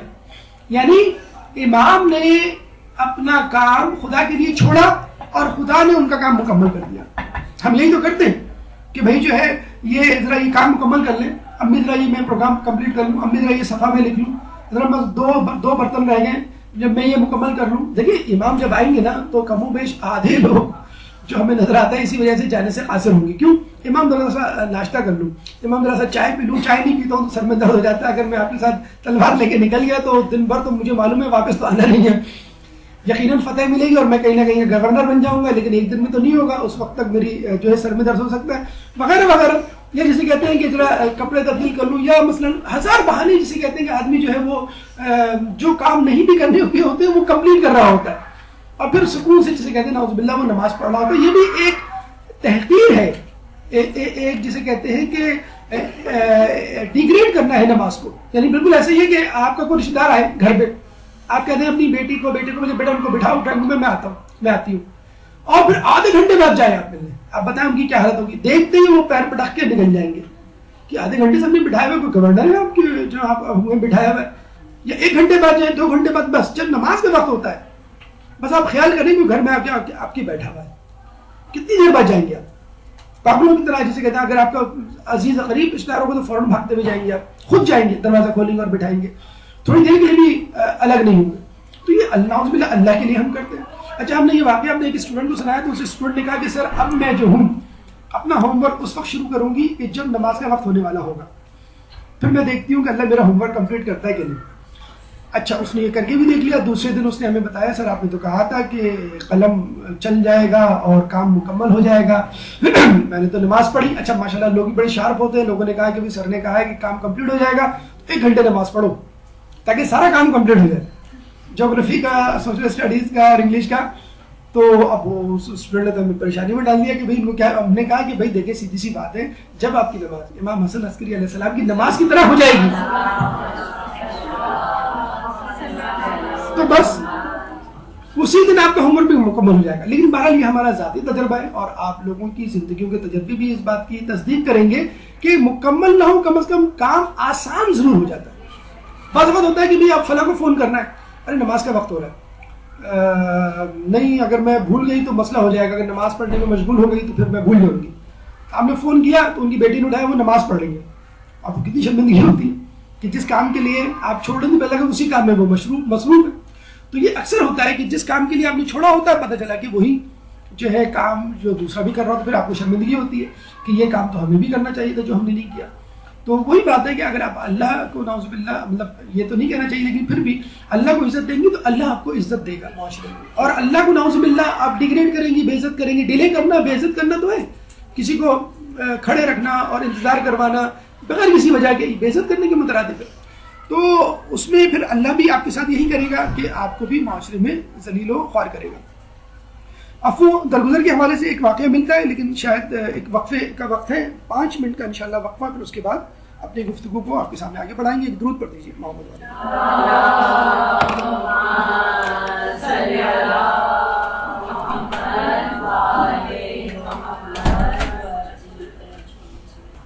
اعوذ باللہ من الشیطان الرجیم، بسم اللہ الرحمن الرحیم.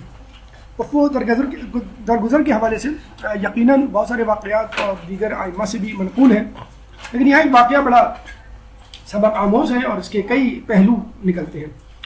امام کے صحابیوں میں ایک شخص تھا احمد بن اسحاق اور سید حسین بن حسن. اچھا، سید حسین بن حسن جو تھا یہ ایک فاسق و فاجر شخص تھے، تھا تو نہیں کہنا چاہیے، تھے، حتیٰ کہ شراب بھی پیا کرتے تھے. ایک دفعہ سید حسین بن حسن احمد بن اسحاق کے پاس آئے، جو اس زمانے میں کسی بڑی پوسٹ پہ تھے حکومت کی، اور غالباً اوقاف جو ہوتا ہے حکومت کا، محکمہ اوقاف، اس کی پوسٹ پہ تھے. اب سید حسین اس زمانے میں شراب پیا کرتے تھے، فاسق و فاجر تھے، تو ظاہر سی بات ہے احمد بن اسحاق نے منع کر دیا سختی سے کہ میں نہیں ملنا چاہتا. اچھا، اتفاق سے سید، جیسے کہ نام ظاہر ہے، حسین بن حسن جو ہے سید خاندان سے تھے، اور چھٹے امام سے ان کا نسل جا کے نسب ملتا تھا. جب احمد بن اسحاق نے ان سے ملنے سے انکار کر دیا، اور اس کے بعد کچھ عرصے کے بعد وہ حج پہ گئے اور امام سے ملنے مدینے گئے، تو خود سامرہ آئے، تو خود امام حسن عسکری علیہ السلام نے احمد بن اسحاق سے ملنے سے انکار کر دیا. تو وہ جب بڑی منت سماجت کی اور کہا کہ آپ کم از کم میرا وہ تو بتائیں جرم. تو امام نے کہا کہ تم نے سید حسین بن حسن سے ملنے سے انکار کرتے تھے، اس لیے ہم نے تم سے ملنے سے انکار کر دیا. تو اس شخص نے کہا کہ امام آپ کو معلوم ہے وہ شخص شراب پیتا ہے. امام نے کیا کہا، کچھ بھی ہو وہ ہے تو ہمارے خاندان سے، یعنی سید سادات، اور یقیناً یہ ہے احادیث میں موجود ہے بات کہ اگر سید یا سادات کوئی گناہ بھی کرے تو بھی ان کا احترام کرو کہ وہ ہمارے خاندان سے، کم از کم اس حوالے سے. یہ نہیں کہ آپ بھی گناہ کرنے لگ جائیں گے، جب سید گناہ کر رہے ہیں تو ہم بھی گناہ کریں، یہ نہیں، کہ کم از کم وہ ہمارے خاندان سے، تو کم از کم اس بات پر احترام کرو. ایسا ہوتا ہے جو اچھے خاندان کا ہوتا ہے لوگ عموماً اس کا احترام کرتے ہیں، تو پھر سید ہونے کے حوالے سے تو ماشاءاللہ ضرور احترام ہونا چاہیے. بہرحال تو جب امام کے نام سے سرزنش سنی تو جو احمد بن اسحاق تھے انہوں نے فوراً کہا کہ ٹھیک ہے، اگر آپ کہتے ہیں تو میں ضرور اس کا اکرام کروں گا. اور فوراً گئے اپنے گھر، اور سب سے پہلے جو ہے وہ سید حسین بن حسن کے گھر گئے، اس کا دروازہ کھٹکھٹایا اور اس کو گلے لگایا اور اس سے معافی مانگی. تو سید حسین نے کہا کہ بھائی خیریت تو ہے، تم مجھ سے کیوں معافی مانگ رہے ہو اور کیا ہو گیا؟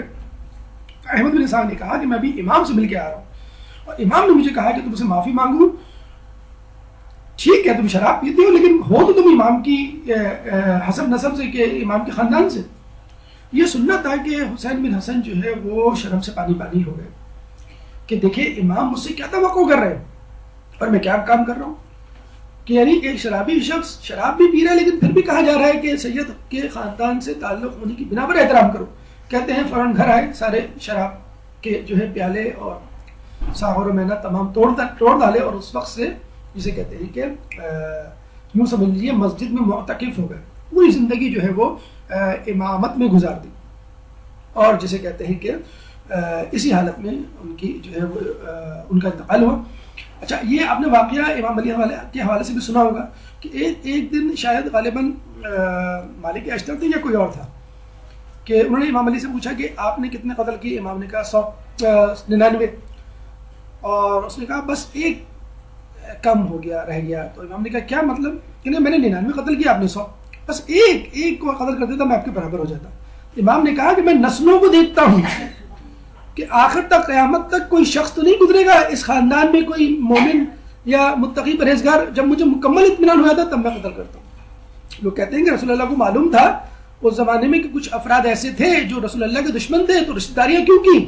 ارے بھائی انہی لوگوں کے خاندان سے تو محمد بن ابو بکر جیسے لوگ جسے کہتے ہیں کہ پیدا ہوئے.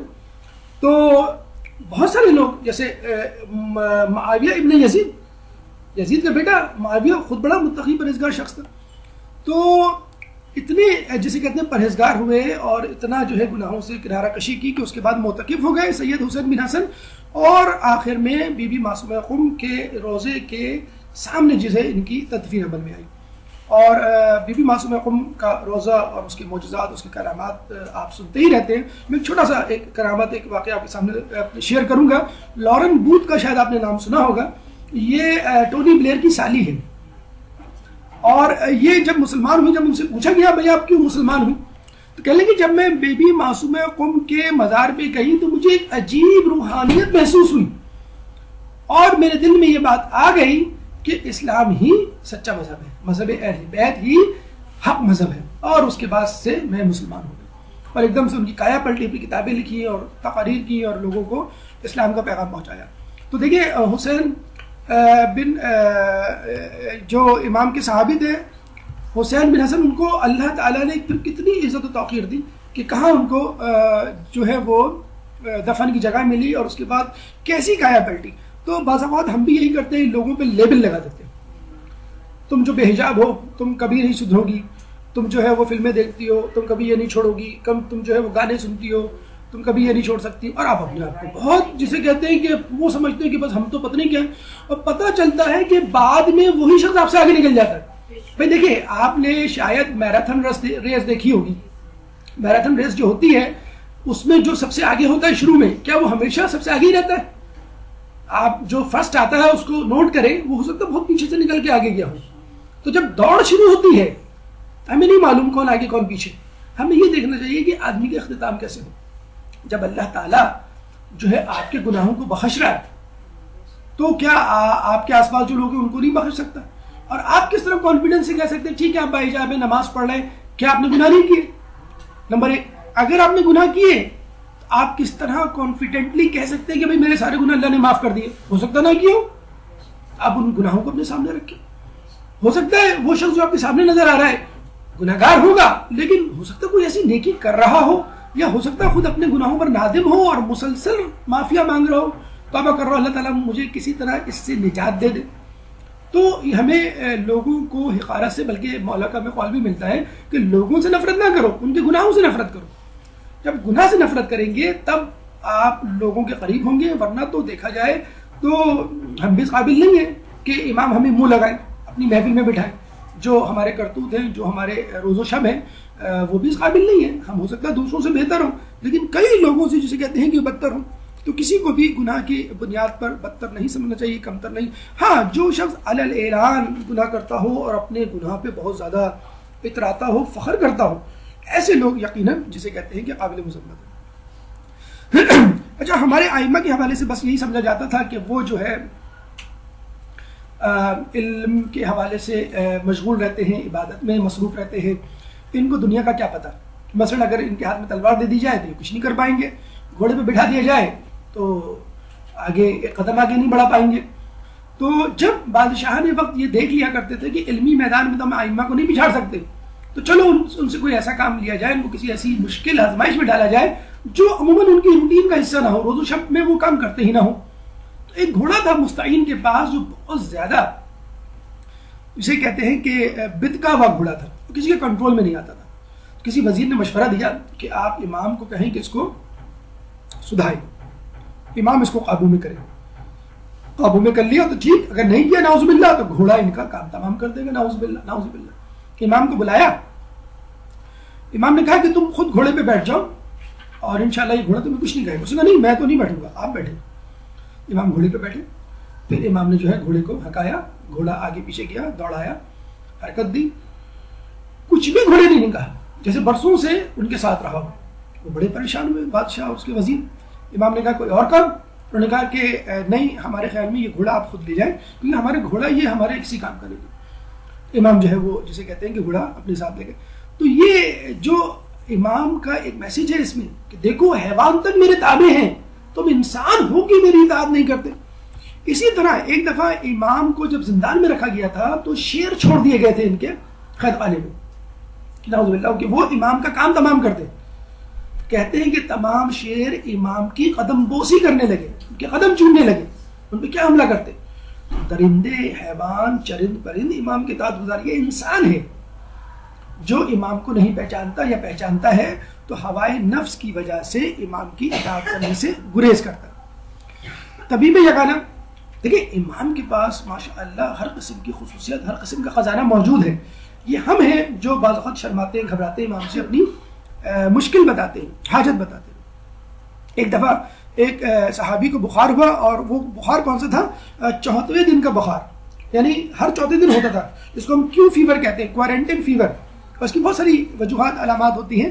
تو امام نے اس کو کہا کہ تم اس آیت کو تعویذ بنا کر گلے میں ڈال دو، انشاءاللہ اس کا بخار رفع ہو جائے گا. یا نارو کونی بردن و سلاما علی ابراہیم، اے نار، اے آگ، ٹھنڈی ہو کر ابراہیم کے لیے سلامتی کا باعث بن جا. اور جب اس شخص نے یہ کیا تو اس کا جو ہے وہ بخار اتر گیا. اچھا، ابھی ریسنٹلی ہم نے ٹی وی میں ایک خبر آئی، وہ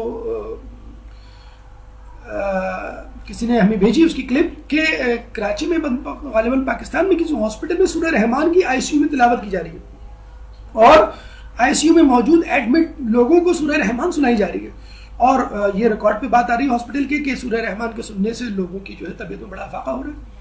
اچھا یہ بات بھی بتا دوں کہ خود مغرب میں میوزک کے ذریعے لوگوں کو صحت یاب کیا جاتا ہے، یعنی ان کا موڈ ٹھیک کیا جاتا ہے، نعوذ باللہ۔ تو مجھے یہ بتلا دیجئے جو قرآن کی قرأت سن لے، جسے کہتے ہیں نا کہ دل و جان سے یکسو ہو کر اور خلوص نیت کے ساتھ، یقین کریں کہ اس کا دل میوزک میں نہ لگے۔ کہتے ہیں کہ پانی کے گرنے سے، آبشاروں سے، پرندوں کی جسے کہ چہچہاہٹ سے خود جنت میں ایسی آوازیں پیدا ہوں گی کہ موسیقی سے کہیں زیادہ دل لبھانے والی ہوں گی۔ تو سورہ رحمان اور خود قرآن کی سورہ کی تلاوت انسان کی طبیعت کو یقیناً ہلکا کر دیتی ہے۔ تو اگر آپ کو سہارا لینا ہے تو ایسی آوازوں کا سہارا لیں کہ جو نہ صرف جائز ہیں بلکہ باعث ثواب بھی ہیں۔ امام وقتاً فوقتاً جو لوگ سوالات پوچھا کرتے تھے ان میں آیات قرآن کی تفاسیر بھی شامل ہوتی تھی، اور اس کثرت سے امام نے تفاسیر کی تشریح کی ہے، آیات کی تفاسیر بیان کی ہے کہ لوگوں نے باقاعدہ ان کو جمع کر کے کتاب بنا لی، اور اس کتاب کا نام مشہور ہو گیا تفسیر عسکری کا، تفسیر امام حسن عسکری۔ حالانکہ خود انہوں نے کوئی بک نہیں لکھی، تفسیر نہیں لکھی، نہ ہی اپنے اصحاب کو ڈکٹیٹ کروائی، املا کروائی۔ لوگوں نے ان کی بیان کردہ تفاسیر کو جمع کر کے، تشریحات کو جمع کر کے خود ایک کتاب بنا ڈالی، اس کا نام تفسیر امام حسن عسکری۔ الگ سے کوئی تفسیر نہیں ہے، اور یقیناً ایسا ہونا بھی چاہیے۔ حدیث ثقلین یہی کہتی ہے کہ میں تمہارے درمیان دو گرا قدر چیزیں چھوڑے جا رہا ہوں، ایک کتاب اللہ اور ایک میرے اہل بیت۔ کیوں کہ کتاب اللہ کبھی بھی اہل بیت کے بغیر سمجھ میں نہیں آ سکتی۔ فاسألوا اہل الذکر، پوچھ لو اہل ذکر سے۔ کون اہل ذکر؟ یعنی اہل بیت۔ اور یہیں سے نفی قیاس کی جسے دلیل پیدا ہوتی ہے کہ انسان کو قرآن کی تشریح کرتے ہوئے اپنے تئیں کوئی بات یا مطلب اخذ نہیں کرنا چاہیے۔ آج کل ایک فیشن عام ہوتا جا رہا ہے لوگوں میں، ایک اہم توجہ کہ بھئی اگر آپ عربی سیکھ لیں تو بس آپ قرآن خود سمجھ لیں گے۔ اگر قرآن کا سمجھنا عربی بولنے اور سمجھنے پر موقوف ہوتا تو عرب ممالک میں تمام افراد مفسر قرآن ہوتے۔ اگر کسی کو انگلش آتی ہے تو کیا وہ میڈیکل بکس پڑھ کر ڈاکٹر بن سکتا ہے؟ یقیناً نہیں۔ تو فقط عربی نہیں، عربی کے علاوہ بھی بہت سارے علوم ہیں جو قرآن سے متعلق، ان کو سمجھ کر پھر کہیں جا کر آپ قرآن کی آیات کو سمجھنے کے قابل ہوتے ہیں۔ اگر آپ کو قرآن سمجھنا ہے تو اہل بیت کو سامنے رکھتے ہوئے، بالکل ایسا ہی ہے کسی کتاب کو پڑھنے کے لیے استاد کی ضرورت ہوتی ہے، اسکول کالج یونیورسٹی جانا ہوتا ہے، مدرسے آنا ہوتا ہے، اسی طرح قرآن کو سمجھنے کے لیے بھی آپ کو استاد کی ضرورت ہے، اور وہ استاد ہے اہل بیت۔ اہل بیت کی تشریحات، توضیحات اور تفاسیر کے بغیر قرآن کی آیت کو سمجھنا بالکل ایسا ہی ہے کہ آپ جو کسی گمراہی کی طرف بڑھ رہے ہیں۔ یہی وجہ ہے کہ قرآن ایک ہونے کے باوجود آپ مسلمانوں میں 73 فرقے دیکھیں گے، اور یہی وجہ ہے کہ جب رسول اللہ نے کہا تھا کہ قرآن اہل بیت یا علی کے ساتھ ہے اور علی قرآن کے ساتھ ہے، اور یہ اس وقت تک جدا نہیں ہوں گی جب تک حوض کوثر پہ مجھ سے ملاقات نہ کر لیں۔ یعنی ہمارے اہل بیت خود محافظ قرآن ہیں، محافظ اسلام ہیں۔ اسحاق بن کندی ایک فلسفی تھا عراق کا کہ جس نے قرآن میں نعوذ باللہ غلطیاں نکالنے کی جسارت کی، اور یہ کہا کہ قرآن میں تناقضات ہیں، یعنی کانٹرڈکشنز ہیں، ایک آیت کچھ کہہ رہی ہے، ایک آیت کچھ کہہ رہی ہے۔ تو اس نے جمع کیا ان آیات کو کہ جن کے مفہوم بظاہر، حقیقت میں نہیں، بظاہر ایک دوسرے کے خلاف جاتے تھے۔ اس نے کہا میں کتاب لکھوں گا اور بتلاؤں گا مسلمانوں کو کہ یہ کتاب تمہاری غلطیوں پر مشتمل ہے۔ امام کے صحابی تھے، امام نے کہا کہ میں نے سنا ہے کہ تم، اچھا وہ صحابی اسحاق بن کندی کا بھی شاگرد تھا کیونکہ فلسفے کا بہت بڑا استاد تھا اس زمانے میں۔ تو امام نے کہا کہ تم اپنے استاد کو منع کیوں نہیں کرتے کہ وہ اپنی سرکت سے باز آ جائے؟ شاید نے کہا کہ میرے پاس اتنا علم کہاں کہ میں اپنے استاد کو دلیل کے ذریعے قائل کر سکوں کہ تم کام کر رہے ہو وہ غلط ہے۔ امام نے کہا تو مجھ سے فقط یہ کہو کہ اگر صاحب کتاب یعنی خداوند تعالی خود تمہارے سامنے آ کر یہ کہے کہ جو مطلب تم نے اس آیت کا نکالا ہے وہ یہ نہیں، یہ ہے، دوسرا کوئی مطلب ہے، تو تم یقین کر لو گے؟ اگر وہ کہے کہ نہیں تو پھر اس سے کہنا کہ پھر تم یہ کیسے کہہ سکتے ہو دعوے سے کہ جو کچھ تم نے سمجھا ہے وہ سب کچھ صحیح ہے تمہارے نزدیک؟ وہی جواب لے کر اپنے استاد اسحاق بن کنتی کے پاس گیا اور بالکل اسی طرح سوالات کو اس کے سامنے رکھا، اور جب یہ پوچھا کہ اگر صاحب کتاب یعنی خداوند متعال تمہارے سامنے آ جائے اور یہ کہے کہ جو کچھ تم نے سمجھا ہے وہ غلط ہے، بلکہ یہ ہے جو میں کہہ رہا ہوں کیونکہ میں نے کتاب لکھی ہے، تو اسحاق بن کنتی نے کہا یہ بات تو ہے، خداوند تعال خود جو ہے وہ صاحب کتاب ہے، اگر وہ خود کہے کہ یہ مطلب ہے یہ نہیں ہے، جیسے شاعر ہوتا ہے شعر لکھتا ہے، اب ایک ایک شعر کے آپ 4 مطلب نکالتے ہیں، امتحان میں لکھ کے بھی آتے ہیں، تو بعد میں 5واں مطلب بھی لکھ دیتے ہیں کہ میرا بھی جو ہے میں جو سمجھا ہوں اس شعر سے وہ یہ ہے، آپ لکھ سکتے ہیں، لیکن شاعر بہتر طور پہ جانتا ہے کہ اس شعر کا کیا مفہوم ہے۔ تو اسحاق بن کنتی نے کہا یہ بات تو ٹھیک ہے، اگر صاحب کتاب خود کہہ دے کہ بھئی یہ مطلب ہے تو مجھے ماننا پڑے گا کیونکہ اس نے خود لکھی ہے، اس کے ذہن میں کیا تھا لکھتے ہوئے، میں کیا کہہ سکتا ہوں۔ پھر اسحاق بن کنتی نے کہا یہ بتاؤ یہ جواب تمہارے ذہن میں آیا کیسے؟ تو اس نے کہا کہ پہلے تو اس نے بہت چھپا نہیں، یقیناً کسی اور نے تمہیں یہ بات بتائی، اس نے پھر امام کا نام لیا، اس نے کہا یقیناً امام ہی میری بات کا جواب دے سکتے، اس کے بعد اس نے اپنی کتاب کو جلا ڈالا۔ تو یہ حقیقت ہے کہ قرآن کو سمجھنے کے لیے جب تک مذہب اہل بیت کا خود اہل بیت کا سہارا نہ لیا جائے تو انسان فتنوں میں پڑ جاتا ہے۔ آپ نے غالباً یہ سنا ہوگا کہ ہالینڈ میں ایک مووی بنی تھی فتنہ، FITNA، اتنی خطرناک اتنی فتنہ پرور مووی تھی کہ اس کو امریکہ میں اس زمان میں بین کر دیا تھا۔ اب پتہ نہیں وہ اب کیا، تو انٹرنیٹ کا زمانہ ہے، بین کا سوال ہی پیدا نہیں ہوتا۔ بہرحال جب یہ مووی بنی تو 2-3 لوگوں نے مل کر اس کو بنایا، اس پہ ریسرچ کی، قرآن کو پڑھا اور اس میں سے بالکل اسحاق بن کنتی کی طرح آیات نکالی اور اس مووی میں پیش کی کہ دیکھیں قرآن میں کتنی زیادہ کانٹرڈکشنز ہیں۔ تو اس میں ایک شخص تھا پروڈیوسر جسے کہتے ہیں ارنولڈ وین ڈورن، جس نے قرآن پڑھنے کا سلسلہ جاری رکھا کہ چلو اس مووی کا فتنہ پارٹ 2 پارٹ 3 بھی بناؤں گا، اور کہتے ہیں جب اس نے قرآن بہت دل بھر کے پڑھا تو ظاہر سی بات ہے آدمی جب کسی بحث میں جاتا ہے اور خوب دل لگا کے اور سوچ سمجھ کے پڑھتا ہے تو پھر ہدایت مل جاتی ہے۔ کہتے ہیں اس کو ہدایت مل گئی اور وہ مسلمان ہو گیا، یعنی قرآن کے خلاف مووی بنانے والا مسلمان ہو گیا، اور پھر اس نے جا کے باقاعدہ حج بھی کیا اور بتایا کہ جو کچھ میں نے سمجھا تھا وہ غلط سمجھا تھا، اصل مطلب یہ ہے۔ تو وہی بات ہے، اگر انسان جو ہے وہ خلوص کے ساتھ قرآن کو پڑھے گا تب اس کو جا کے اصل مفہوم سے آگاہی ہوگی، ورنہ ہر چیز جو بظاہر اچھی نظر آتی ہے وہ فتنہ ہے۔ اللہ سے کرے دور تو تعلیم بھی فتنہ ہے، املاک بھی، اولاد بھی، جاگیر بھی فتنہ، ناحق کے لیے اٹھے تو شمشیر بھی فتنہ، شمشیر ہی کیا نعرہ تکبیر بھی فتنہ۔ وہ جو ایک شعر پڑھا جاتا ہے نا کہ کیا ظلم ہوا،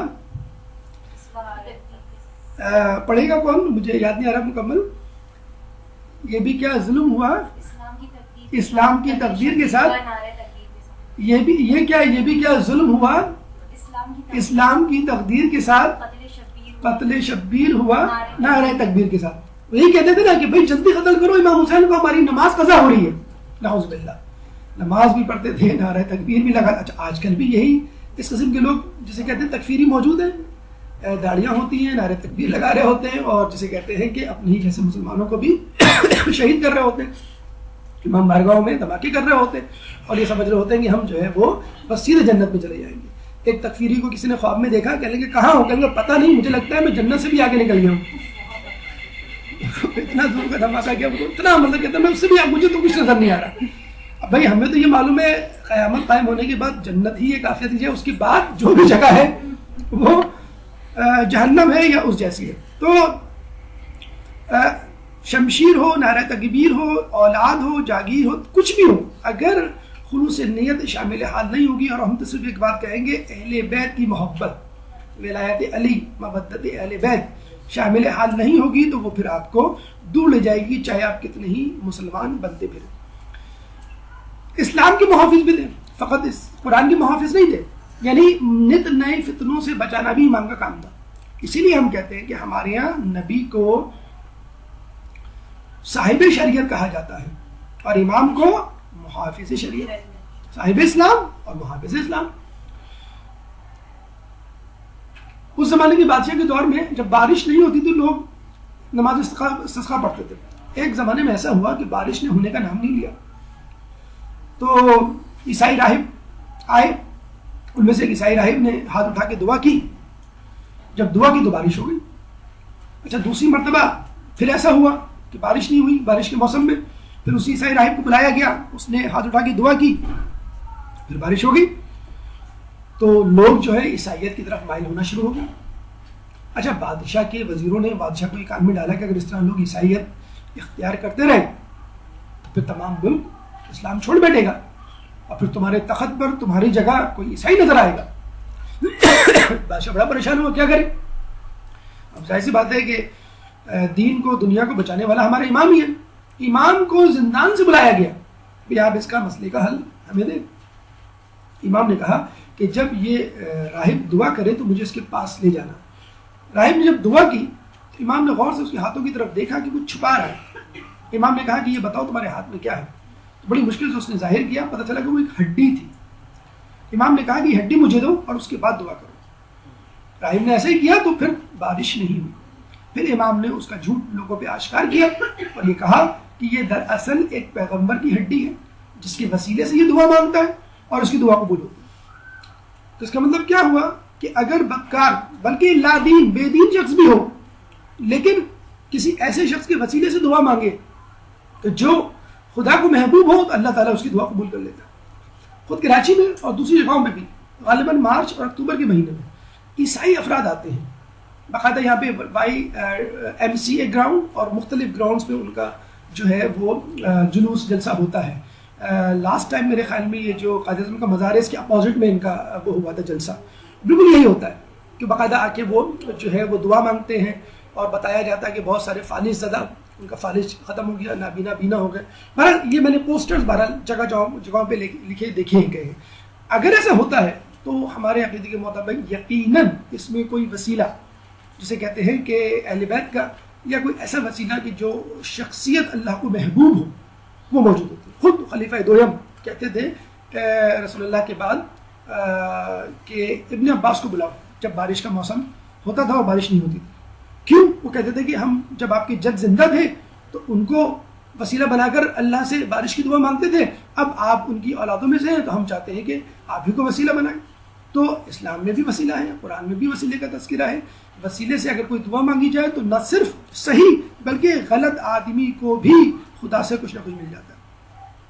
اسی طرح لوگ جو ہیں امام کو آزمانے کے لیے علمی اعتبار سے نہیں کچھ ایسے انداز سے جسے کہتے ہیں اپناتے تھے جس میں کرامت کا بھی عمل دخل نہ ہو. کوئی ایسی ٹیکنیک, کوئی ایسا ہنر جو کسی کو آتا ہو یا نایاب ہو وہ امام کے سامنے پیش کرتا تھا تاکہ امام جو ہے زچ ہو جائے اور کہتے بھائی مجھے تو یہ نہیں آتا.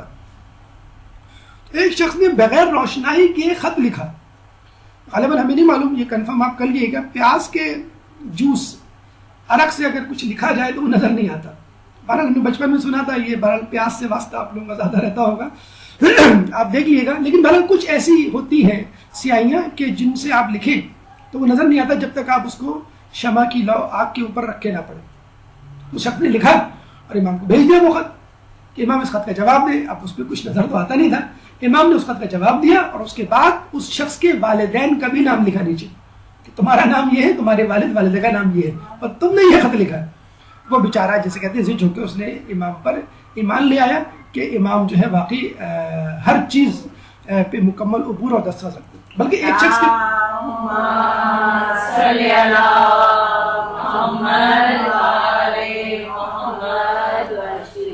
یہ واقعہ درس تو نہیں ہے, یہ واقعہ بھی ہم نے پڑھا تھا, بہار الانوار میں موجود ہے کہ ایک دفعہ ایک شخص نے عجیب و غریب دیکھیے طریقے ہوتے ہیں امام کو آزمانے کے.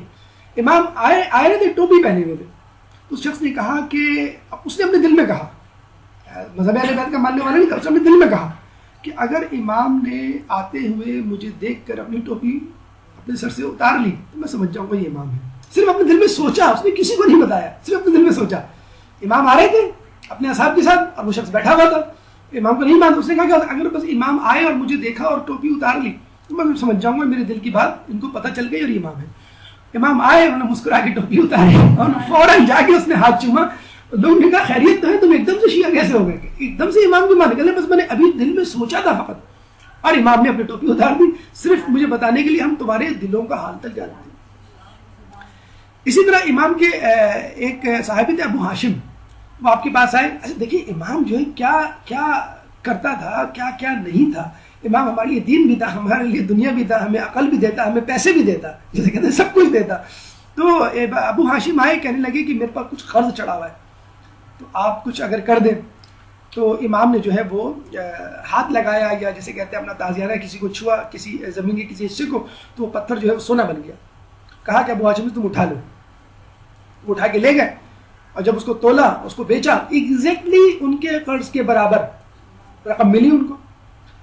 اچھا پھر اسی وقت خیال آیا اسی دن کہ میرے پاس سردیوں کے کپڑے نہیں، گرم کپڑے نہیں، لیکن امام سے مانگتے بھی شرم آتی ہے. اب قرض تو مانگ لیا، اب یہ چیز بھی مانگوں کیا؟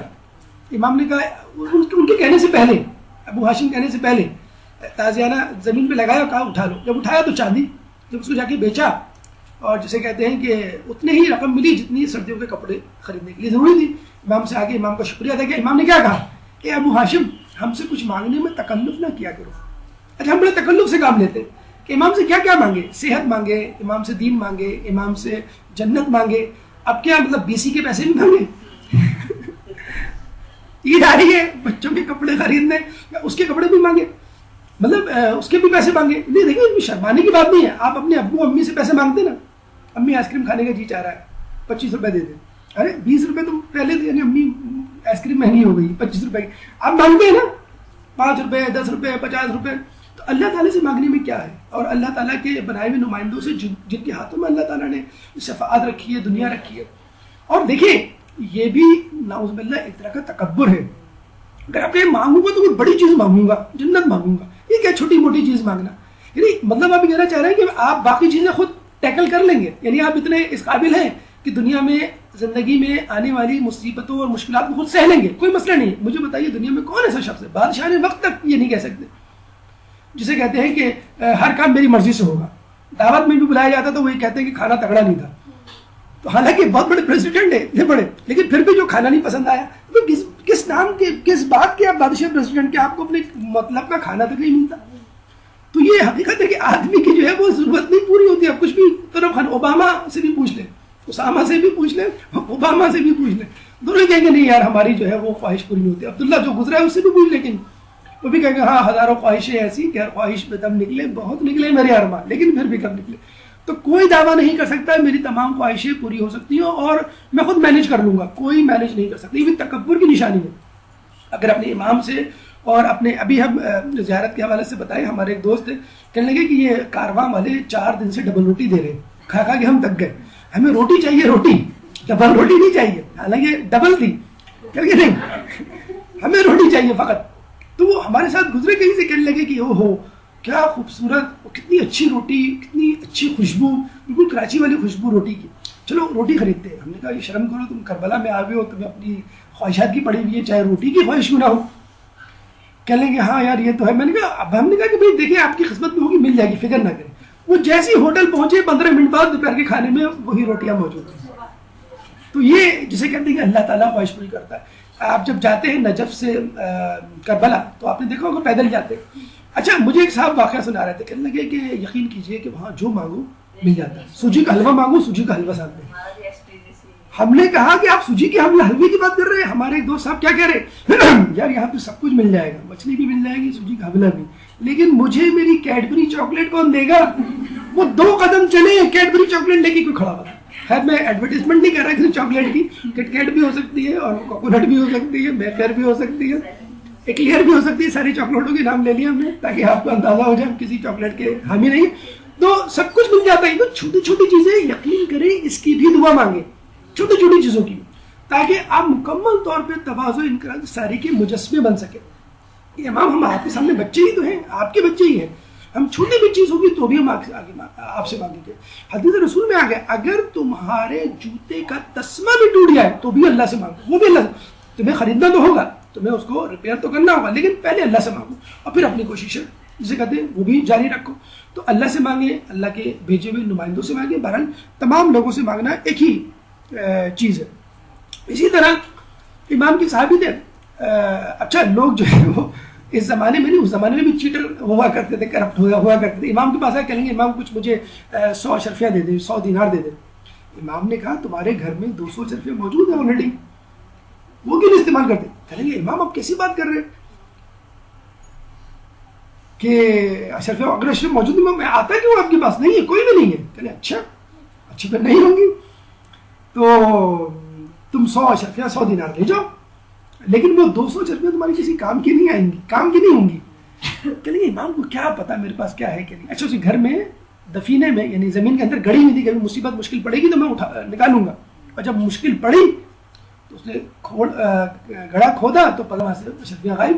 تو پھر کسی گھر والوں نے بتایا کہ تمہارے بیٹے نے یہ نکال لی تھی اور ہڑپ کر گیا تھا. تو یہ بھی ہوتا ہے بعض اوقات آپ کے پاس وسیلہ موجود ہوتا ہے, آپ نہیں مانگتے.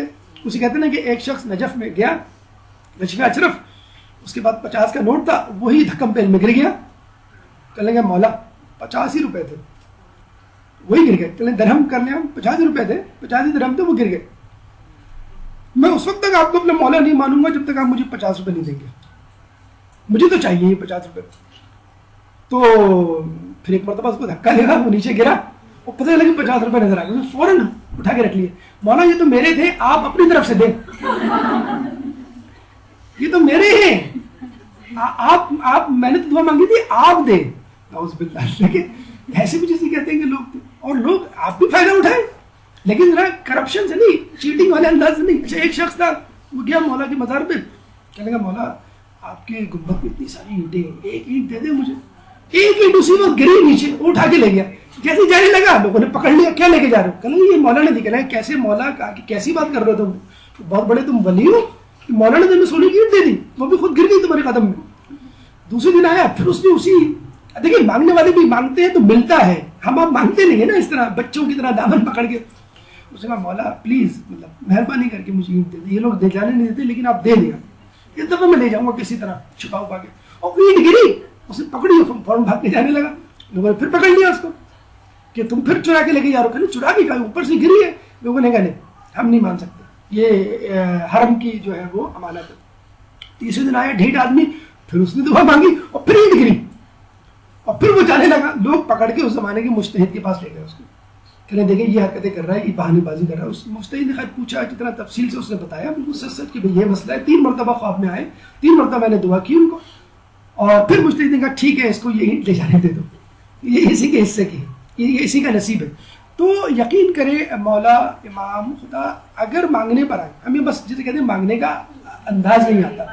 ہم تو جسے کہتے ہیں کہ دیکھا جائے تھوڑے سے, بہت زیادہ تو نہیں کہنا چاہیے, بے وقوف ہے کہ فقط جنت مانگتے ہیں. ہمیں دنیا بھی مانگنی چاہیے, اس میں کوئی حرج نہیں ہے, دنیا بھی مانگے اور جنت بھی مانگے. کیونکہ بعض اوقات دنیا نہ ہونے کی وجہ سے بھی آدمی کفر کے قریب, فقر کے بارے میں کہا جاتا ہے نا کہ فقر جو ہے وہ انسان کو کفر کے قریب لے جاتا ہے. فقر اگر کوئی شخص ہوتا تو اسے قتل کر دیتا, مولا کہتے ہیں.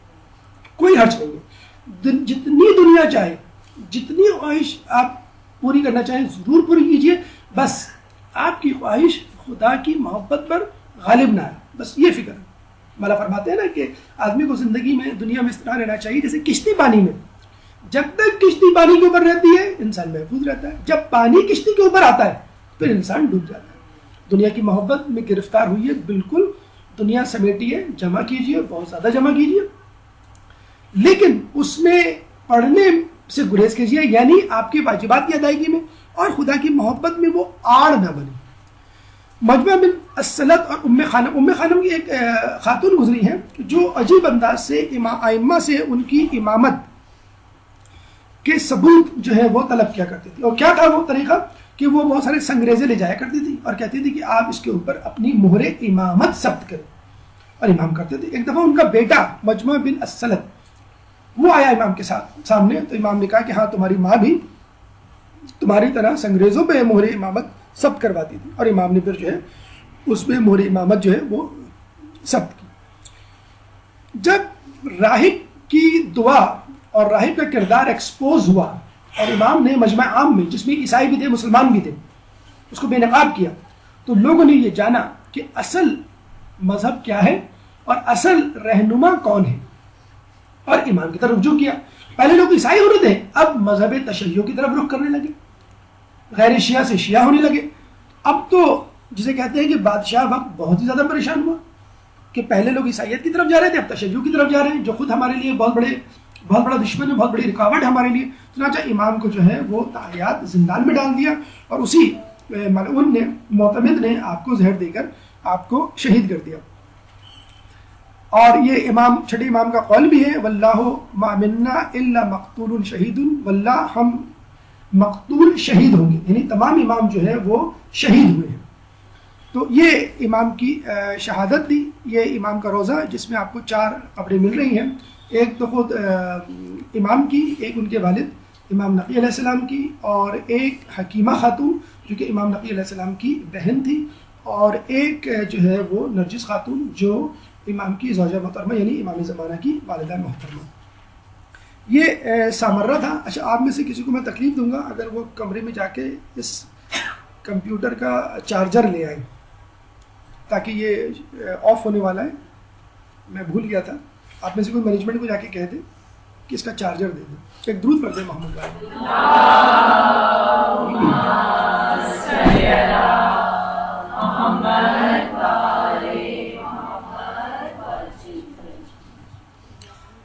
سامرہ جو ہے کئی مرتبہ جو ہے وہ دہشت گردی کا سامنا کر چکا ہے، اور کئی مرتبہ جو ہے اس کے گنبد اور دیواروں کو نقصان پہنچ چکا ہے۔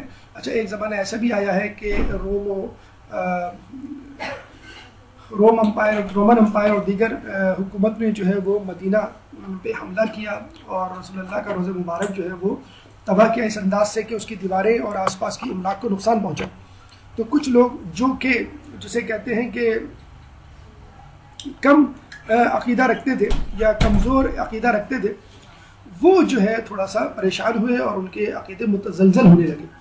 تو اگر قبر مبارک کو نقصان پہنچے اس کا مطلب یہ نہیں نعوذ باللہ صاحب روزے کو بھی نقصان پہنچاؤ، یہ ایسا نہیں ہوتا۔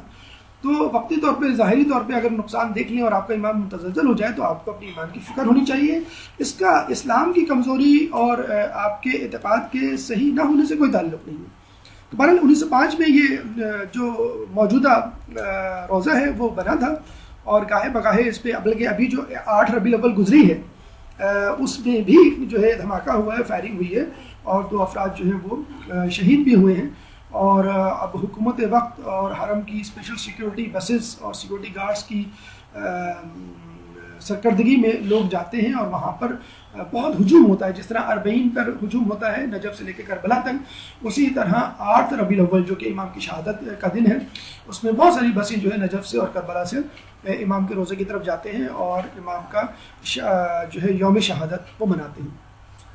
جب امام کی جسے کہتے ہیں کہ شہادت کا وقت آیا تو فتنہ جعفر کذاب جسے کہتے ہیں پیدا ہوا، اور جعفر کذاب وہ شخص تھا کہ جو امام نقی علیہ السلام کا بھائی تھا، اور یہ جو ہے جب اس نے دیکھا کہ امام حسن عسکری علیہ السلام کی کوئی اولاد تو ہے لیکن فقط وہ 5 سال کے تھے امام زمانہ، تو اس نے کہا کہ میں کیوں نہ آگے بڑھ کے دعویٰ کر دوں اور میں امام بن جاؤں، یہ 5 سال کا بچہ کیا امامت کا جسے کہتے ہیں کہ دعویٰ کرے گا یا امامت کرے گا۔ تو بہت کوشش کی اس نے، بلکہ امام حسن عسکری کی نماز جنازہ پڑھنے کی بھی کوشش کی۔ تو جیسے ہی یہ شخص گیا آگے نماز پڑھانے، چچا امام زمانہ کے، تو امام زمانہ اس وقت 5 سال کے تھے، نمودوار ہوئے اور ان کا دامن پکڑ کے ان کو کھینچا اور خود نماز جنازہ جسے کہتے ہیں امام کی پڑھائی۔ اچھا، جعفر کذاب کہنے کی وجہ ہی یہی ہے کہ ہمارے امام جعفر صادق بھی گزرے، اور رسول اللہ کی حدیث ہے کہ جب کسی سے پوچھا گیا، رسول اللہ کی حدیث ہے غالباً یا چوتھے امام کی حدیث ہے، جب ان سے پوچھا گیا کہ امام جعفر صادق کو جعفر صادق کیوں کہا جاتا ہے، ہمارے تو سبھی صادق ہیں، سب سچے، تو امام نے کہا کہ ان کی 5ویں کچھ سے ایک شخص جعفر پیدا ہوگا جو کذاب ہوگا، اس سے ممیز کرنے کے لیے جعفر صادق کہا جاتا ہے۔ اور یہ شخص جو ہے وہ شراب خور تھا اور امام کی بہرحال اولادوں میں سے تھا، اہل بیت میں سے تھا، لیکن بہرحال امام نے اس کا اندیہ دے دیا تھا کہ اگر ایسے لوگ ہمارے یہاں موجود ہیں تو بالکل پسر نوح کی طرح ہیں، یعنی نوح کے بیٹے کی طرح ہیں۔ اور اسی طرح ہمیں مثال ملتی ہے ابو لہب کی بھی، رسول کا چچا تھا، رسول کے چچا تو ابو طالب بھی تھے، لیکن بہرحال زمین آسمان میں فرق ابو طالب اور ابو لہب میں۔ اسی طرح اولاد اہل بیت میں ظاہر سی بات ہے کہ جعفر کذاب ہوں تو وہ پسر نوح کی مثل کہلائیں گے۔ تو اس نے اتنی عجیب مزے کا خیز بات ہے، اس نے باقاعدہ امام کو یہ آفر بھی کی میں 20,000 دینار ہر سال دیا کروں گا آپ کو، آپ مجھے امام بنا دیں۔ تو بہرحال دنیا میں ایسے لوگ بھی گزرے، اور یہ جو ہے حکمرانوں کے کچھ پناہی میں بھی یہ کام ہوا کرتا تھا، اور خود اپنے ہوا و نفس کی جسے کہتے ہیں کہ اس میں بھی شکار رہتے تھے۔ لیکن امام ہمارے 11ویں امام نے اپنی شہادت سے پہلے یہ بتلا دیا تھا کہ میری نماز جنازہ جو پڑھائے وہ امام ہوگا جو خطوط آتے ہیں جن کے میں جوابات لکھتا ہوں وہ جو طلب کرے کہ وہ خطوط کہاں ہیں جس میں جوابات موجود ہیں وہ امام ہوگا، اور جو تھیلی ہے جس میں اتنے سکے جو ہیں اس طرح کے ہیں اور اتنے سکے جو ہیں وہ اس قسم کے ہیں، تو یہ تین چیزیں جو کرے، نماز جنازہ جو پڑھائے، جو جوابات خطوط طلب کرے اور تھیلی کا مطالبہ کرے جس میں کہ فلاں مخصوص سکے موجود ہیں، تو سمجھ لو وہی امام زمانہ ہوں گے تمہارے وقت کے۔ تو 5 سال کی عمر میں امام زمانہ ایک دم سے نمودار ہوئے، نماز جنازہ پڑھائی امام حسن عسکری کی، جوابات خطوط کا مطالبہ کیا اور اس تھیلی کا مطالبہ کیا جس میں رقم موجود تھی، اور اس طرح لوگوں کو اندازہ ہوا کہ جعفر کذاب ایک کاذب شخص تھا اور جس نے امام کا غلط اور جھوٹا دعویٰ کیا تھا، اور اصل امام امام زمانہ۔ اقوال حکیمانہ ہمیں آپ کے سامنے پیش کرنے تھے، چند اقوال ہم نے جمع کیے تھے لیکن اب وقت نہیں ہے، انشاءاللہ کسی اور درس میں امام حسن عسکری علیہ السلام نے جو اقوال زرنی اور حکیمانہ باتیں ہمیں بتلائیں تھیں وہ انشاءاللہ کبھی اور آپ کے سامنے پیش کریں گے۔ اب تک کی گفتگو کے حوالے سے اگر آپ کے ذہن میں کوئی سوال ہے تو آپ کر سکتے ہیں۔ قبل السوالات بھرپور صلوات۔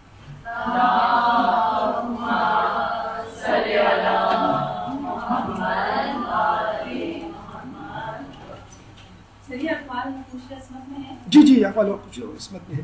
نقوش عصمت میں بیشتر مواد موجود ہے اور کچھ بحر الانوار سے بھی لیا گیا تھا، اس کی تلخیص بحر الانوار کی آ گئی ہے مارکیٹ میں، اگر آپ چاہیں تو خرید سکتے ہیں۔ ہر امام کے حوالے سے اس میں مواد موجود ہے اور تقریباً 12 جلدیں ہیں اور ہر امام سے متعلق اس میں تفصیل موجود ہے۔ اور جب ہم نے نقوش عصمت کے بعد بحر الانوار کو کنسلٹ کیا تو یقین کیجئے تقریباً 80% مواد بحر الانوار کا جو تلخیص کی صورت میں موجود ہے وہ ہمیں نقوش عصمت میں آلریڈی مل گیا تھا۔ تو بہترین کتاب ہے، اس کا ہر لفظ ہر سطر جو ہے وہ یاد کرنے کے قابل ہے، عمل کرنے کے قابل ہے۔ نہیں میرے خیال میں اگر آپ سوالات پوچھ لیں تو زیادہ بہتر، نہیں ورنہ اقوال تو ہم نے تقریباً 10-12 آپ کے لیے کلیکٹ کیے تھے، اگر آپ کہیں تو اقوال ہم آپ کو 10 منٹ اور اضافی لے کے سنا دیں جو آپ بہتر سمجھیں، سوال جواب کر لیں یا اقوال ابھی سن لیں گے، بعد میں کون تو پتہ نہیں سنتے پڑھتے ہیں۔ جی چلیے پھر ہو سکتا ہے تھوڑا سا ٹائم زیادہ ہو جائے، کوئی ایسا مسئلہ نہیں، ایک درود پڑھ دیں۔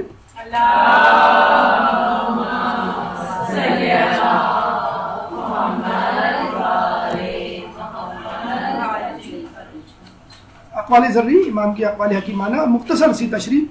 لوگوں سے بیجا بحث مت کرو کہ تمہاری آبرو ختم ہو جائے گی، اور زیادہ مذاق نہ کرو کہ لوگوں کو تم سے بات کرنے کی جرت پیدا ہو جائے گی۔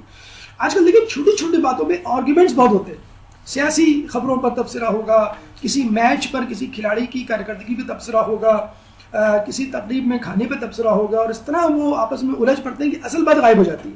اور یہی بات ہم نے تاریخ کے حوالے سے آپ سے کہی تھی کہ تاریخ میں وہ واقعات آپ اپنے اندر سموئیں، اپنے ذہن میں رکھیں کہ جن سے کوئی میسج ملتا ہے، جس سے آپ کا اخلاق درست ہوتا ہے۔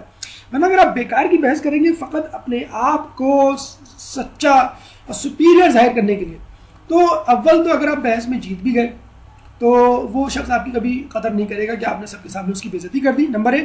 نمبر 2، بہت زیادہ بحث کرنے سے آدمی اپنے حیثیت سے نیچے آ جاتا ہے، سطحی انداز سے، بازاری انداز سے اور غیر موضوع الفاظ سے اپنے آپ کو ثابت کرنے کی کوشش کرتا ہے۔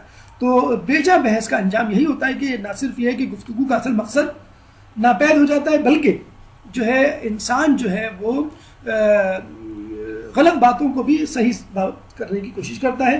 ایسے لوگوں کے لیے کہا گیا ہے کہ جو بدتمیز ہوں، بد تہذیب ہوں، جاہل ہوں، قالوا سلاما، یعنی ان سے سلام کہہ کے آگے نکل جاؤ۔ دوسرا قول، احمق کا دل اس کی زبان میں ہوتا ہے اور حکیم کی زبان اس کے دل میں ہوتی ہے۔ جو منہ میں آئے وہ بک دے، بھائی وہ بڑی بولڈ ہے بھائی لڑکی، وہ کسی کو نہیں چھوڑتی۔ اپنی پھوپھی کو ایک وقت سب کے سامنے چپ کرا دیا تھا اس نے، ارے بھائی یہ بولڈنس نہیں، یہ بدتمیزی ہے۔ تو جو منہ میں آئے آپ کہہ دیں آپ کی بڑی بولڈ ہے، یہ تو مطلب یہ کہ آدمی جو ہے وہ بے حجاب ہے، آپ کہتے ہیں بھائی یہ لڑکی بڑی بولڈ ہے۔ لڑکا جو ہے وہ گالم گلوچ کر رہا ہے، آپ کہتے ہیں بھائی لڑکا بڑا بولڈ نہیں، یہ بولڈنس نہیں، یہ بدتمیزی ہے، یہ گناہ ہے جسے کہتے ہیں۔ تو احمق کا دل اس کی زبان میں ہوتا ہے، یعنی جو منہ میں آئے، جو دل چاہے آپ نے بول دیا، اس کو کہتے ہیں حماقت۔ اور حکیم کی زبان اس کے دل میں ہوتی ہے، یعنی پہلے وہ سوچتا ہے کہ میرا کہنے کا مقصد جو ہے کوئی معنی رکھتا ہے، میں جس کے سامنے کہہ رہا ہوں کہنا چاہیے، کیا یہ وقت موضوع ہے ایسی باتیں کرنے کا، خوشی کے موقع پہ غم کی باتیں، غم کے موقع پہ خوشی کی باتیں، کیا میری بات طولانی تو نہیں ہو رہی، وغیرہ وغیرہ۔ کسی غم رسیدہ کے سامنے خوشی کا اظہار کرنا ادب و تہذیب کے خلاف ہے، کوئی شخص امتحان میں فیل ہو گیا اور آپ رزلٹ کا تذکرہ لے کے بیٹھ گئے, کیا ہوا بھائی تمہارا کون سا گریڈ آیا, آپ کو معلوم ہے کون سا گریڈ آیا, 4 لوگوں کے سامنے آپ پوچھ رہے ہو بھی کون سا گریڈ آیا, اور یا جس کا جو اس کا ویک پوائنٹ ہے آپ اس کے بارے میں تذکرہ کرنے شروع کر دیے. ایک ماں نے کہا کہ بیٹا دیکھو مہمان آ رہے ہیں, ان کی ناک کے بارے میں کوئی بات نہیں کرنا. کہ کیوں, مطلب بس میں نے کہہ دیا ان کی ناک کے بارے میں کچھ نہیں کہنا. جب وہ مہمان آئے تو بیٹے نے فوراً چیخ کے کہا امی آپ تو کہہ رہی تھی ان کی ناک کے بارے میں کچھ نہیں کہنا, ان کی تو ناک ہی نہیں ہے. تو اب آپ دیکھیں جان بوجھ کے وہی تذکرہ کرنا جو ان کا ویک پوائنٹ ہے. آپ جو کسی کی رنگت کے بارے میں, کسی کے دبلے پن کے, کسی کے موٹاپے کے بارے میں, کسی کی غربت کے بارے میں, کسی کے لباس کے بارے میں, یہ سب جو باتیں جو ہیں سب جسے کہتے ہیں کہ حقارت میں آتی ہیں, تہذیب و ادب کے خلاف. ان کا ایک اور قول ہے جس نے اپنے برادر مومن کو پوشیدہ طور سے نصیحت کی, اس نے اس کو آراستہ کیا, اور جس نے اعلانیہ نصیحت کی اس نے اس کے ساتھ برائی کی. بچہ جو ہے وہ اپنے بڑے کو کچھ کہہ رہا ہے تو امی نے فوراً کہا کہ بیٹا تمہیں معلوم نہیں ہے کہ سب کے سامنے نہیں بولتے, سب کے سامنے نہیں ڈانٹتے, اکیلے میں ڈانٹتے. پتہ لگے امی خود ڈانٹ رہی ہیں سب کے سامنے. تو یہ جو ہے حقیقت میں ہم لوگ بہت زیادہ جلد بازی کا مظاہرہ کرتے ہیں. آپ کبھی نوٹ کیجئے گا کتنا ہی بڑا گناہ, کتنا ہی بڑا جرم, کتنی بڑی غلطی ہو جائے آپ کی اولاد سے, اگر آپ اکیلے میں سمجھائیں گے یقین کیجئے اتنا اثر ہوگا کہ آپ خود حیران رہ جائیں گے کہ آپ نے تو توقع ہی نہیں کی تھی اتنی. اور ایک چھوٹی سی بات ہوتی ہے, آپ جو ہے وہ بچے کے دوسروں کے سامنے, آپ خصوصاً چھوٹی اولاد کو بڑی اولاد کو چھوٹوں کے سامنے آپ کہہ دیں, اور ساری سی بات وہی کہیں گے بھی اب میں بدنام تو ہو ہی چکا, اب کیا فائدہ اچھا بننے کا, اب مجھ پہ لیبل تو لگ ہی گیا. کسی شخص کا احترام اس بات کے ذریعے نہ کرو جو اس کے لیے باعث زحمت ہو. اب دیکھیں یہ سب ڈرائیور صاحب کو سلام کر رہے ہیں جاپانی انداز سے, تو یہ کوئی انداز نہیں, آپ ٹرک کے آگے سامنے کھڑے ہو گئے اور جسے کہتے ہیں سلام کر رہے ہیں. ابھی ہم گئے تھے تو وہ کوفے کی مسجد کے جو پیش امام تھے لوگ ان کے پیچھے بڑھ گئے, آگے پیچھے گھوم رہے, چوم رہے ہیں, جسے کہتے ہیں کسی نے ان کو جو ہے وہ قلم دے دیا مجھے آٹوگراف دے دے, اور اس طرح ان پہ پل پڑے جس طرح ہمارے یہاں جلوس میں پولیٹیشین پہ نہیں پل پڑتے. یقین کیجئے وہ غصے میں اپنا دامن چھڑا کے بھاگے. یہ کیا بدتمیزی ہے آپ لوگوں کی. تو کسی سے جسے کہتے ہیں کہ اتنا پیار و محبت کا اظہار کرنا کہ جسے کہتے ہیں وہ خود پاگل ہو جائے گا, یہ کیا بدتمیزی ہے. تو اتنا احترام, مطلب آپ نے کہہ دیا کہ سوری آپ کو ڈسٹرب کیا, سوری آپ کو جو ہے وہ ٹائم لیا, سوری آپ سے بات ہو سکتی ہے, مناسب تو نہیں ہے اس وقت آپ کو فون کرنا, لیکن ہم نے کہا پہلے آپ بات کر, لیکن ہم آپ سے پوچھ رہے ہیں آپ سے بات, ارے بھائی اتنی دیر میں تو آپ بات کر کے ختم کر چکے ہوتے, آپ اتنی بڑی تبعید باندھ رہے ہیں معذرت کی اور اس کی. تو یہ انداز احترام کا بعض دوسروں کے لیے تکلیف دہ ہوتا ہے. جس رزق کی تمہیں ضمانت دے دی گئی ہے وہ تمہیں اس عمل سے نہ روکے جو تم پر فرض کر دیا گیا. ہوم ڈلیوری, پیزا کی ہو, بروسٹ کی ہو, برگر کی ہو, تکے کی ہو, بریانی کی ہو, اس بات نے اس بات کو بہرحال ثابت کر دیا ہے کہ رزق آپ کے پیچھے اس طرح آتا ہے جس طرح آپ کی موت. کسی شخص نے کہا کہ اگر میں کھڑکی دروازے بند کر کے بیٹھ جاؤں تو میرا رزق کہاں سے آئے گا؟ تو مولانا نے جواب دیا وہاں سے جہاں سے تیری موت آئے گی. تو رزق مل کر رہے گا, اس کی فکر نہ کریں, لیکن اس چکر میں ان واجبات کو نہ بھول جائیں, ان اعمال کو نہ بھول جائیں جن کو اللہ تعالیٰ نے آپ پر فرض کر دیا جائے. رزق مل کے رہے گا, فکر نہ کریں آپ, لیکن اس کے لیے حلال حرام کی تمیز نہ کھو بیٹھے. اس کے لالچ میں آپ ایمان ہاتھ سے جسے کہتے ہیں کہ نہ اپنے ہاتھ سے نکال دیں. تو اپنے واجبات کو مد نظر رکھیے, ان کو ترجیح دیجیے, ان کو فوقیت دیجیے, اور رزق آپ کو مل کے رہے گا, اس کے لیے بھی کوشش کرنی ہے. فکر سب سے زیادہ آپ کو اپنے ایمان کی ہونی چاہیے. تواضع کی ایک قسم یہ بھی ہے کہ جس شخص کے پاس سے گزرو اسے سلام کرو, اور کسی مجلس میں جاؤ تو بلند ترین جگہ تلاش کرنے کی بجائے اسے کم تر جگہ بیٹھنے پر تیار ہو جاؤ.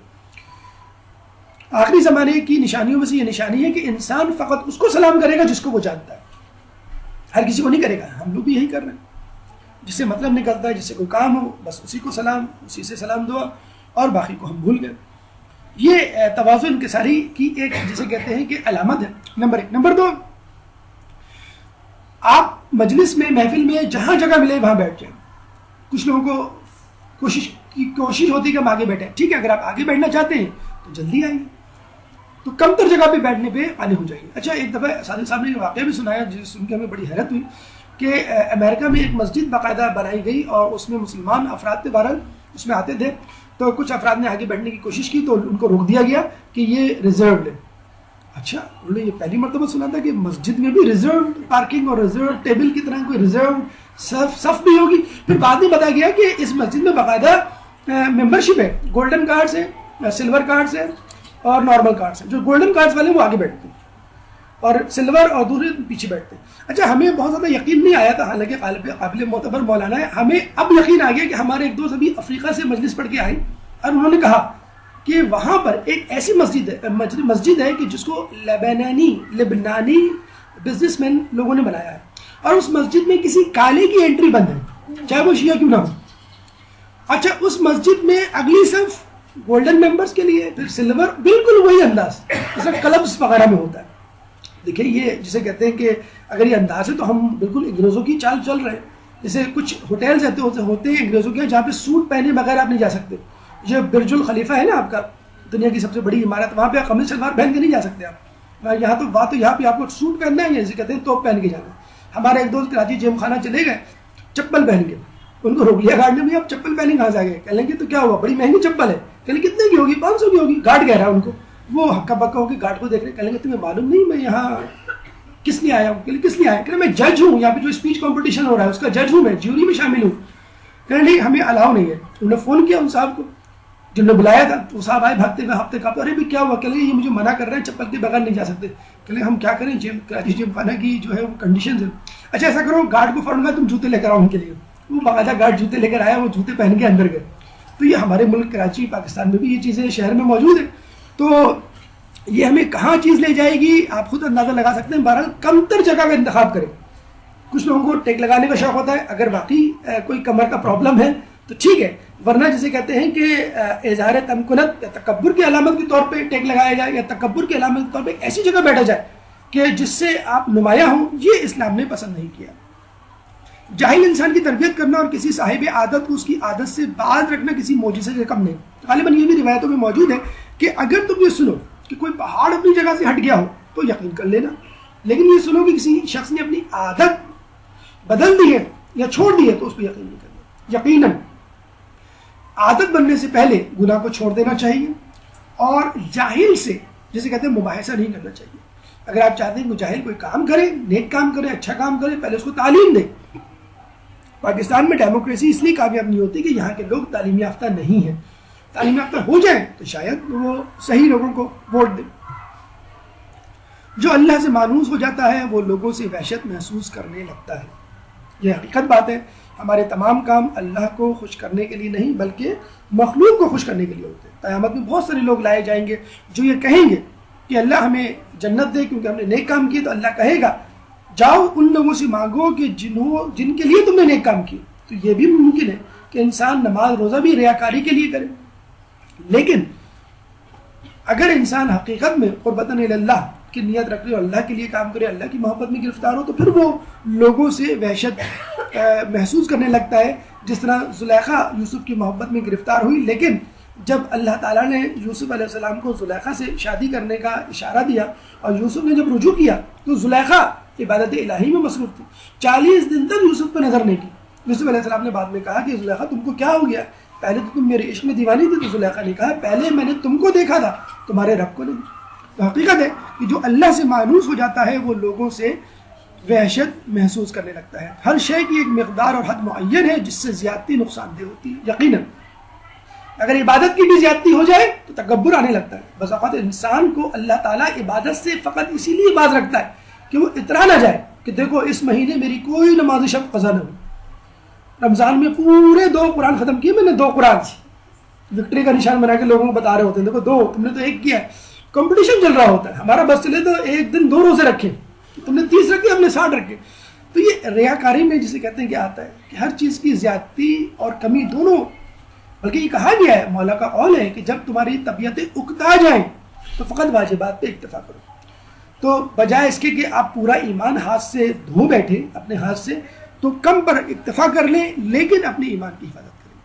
مومن کے کمال ایمان کی 5 علامات آپ کو معلوم ہیں. بلند آواز سے بسم اللہ کہیں، خاک پر سجدہ کرے، داہنے ہاتھ میں انگوٹھی پہنے، دن رات میں 51 رکعت نماز ادا کرے، روزہ 40 امام حسین کی زیارت پڑھے.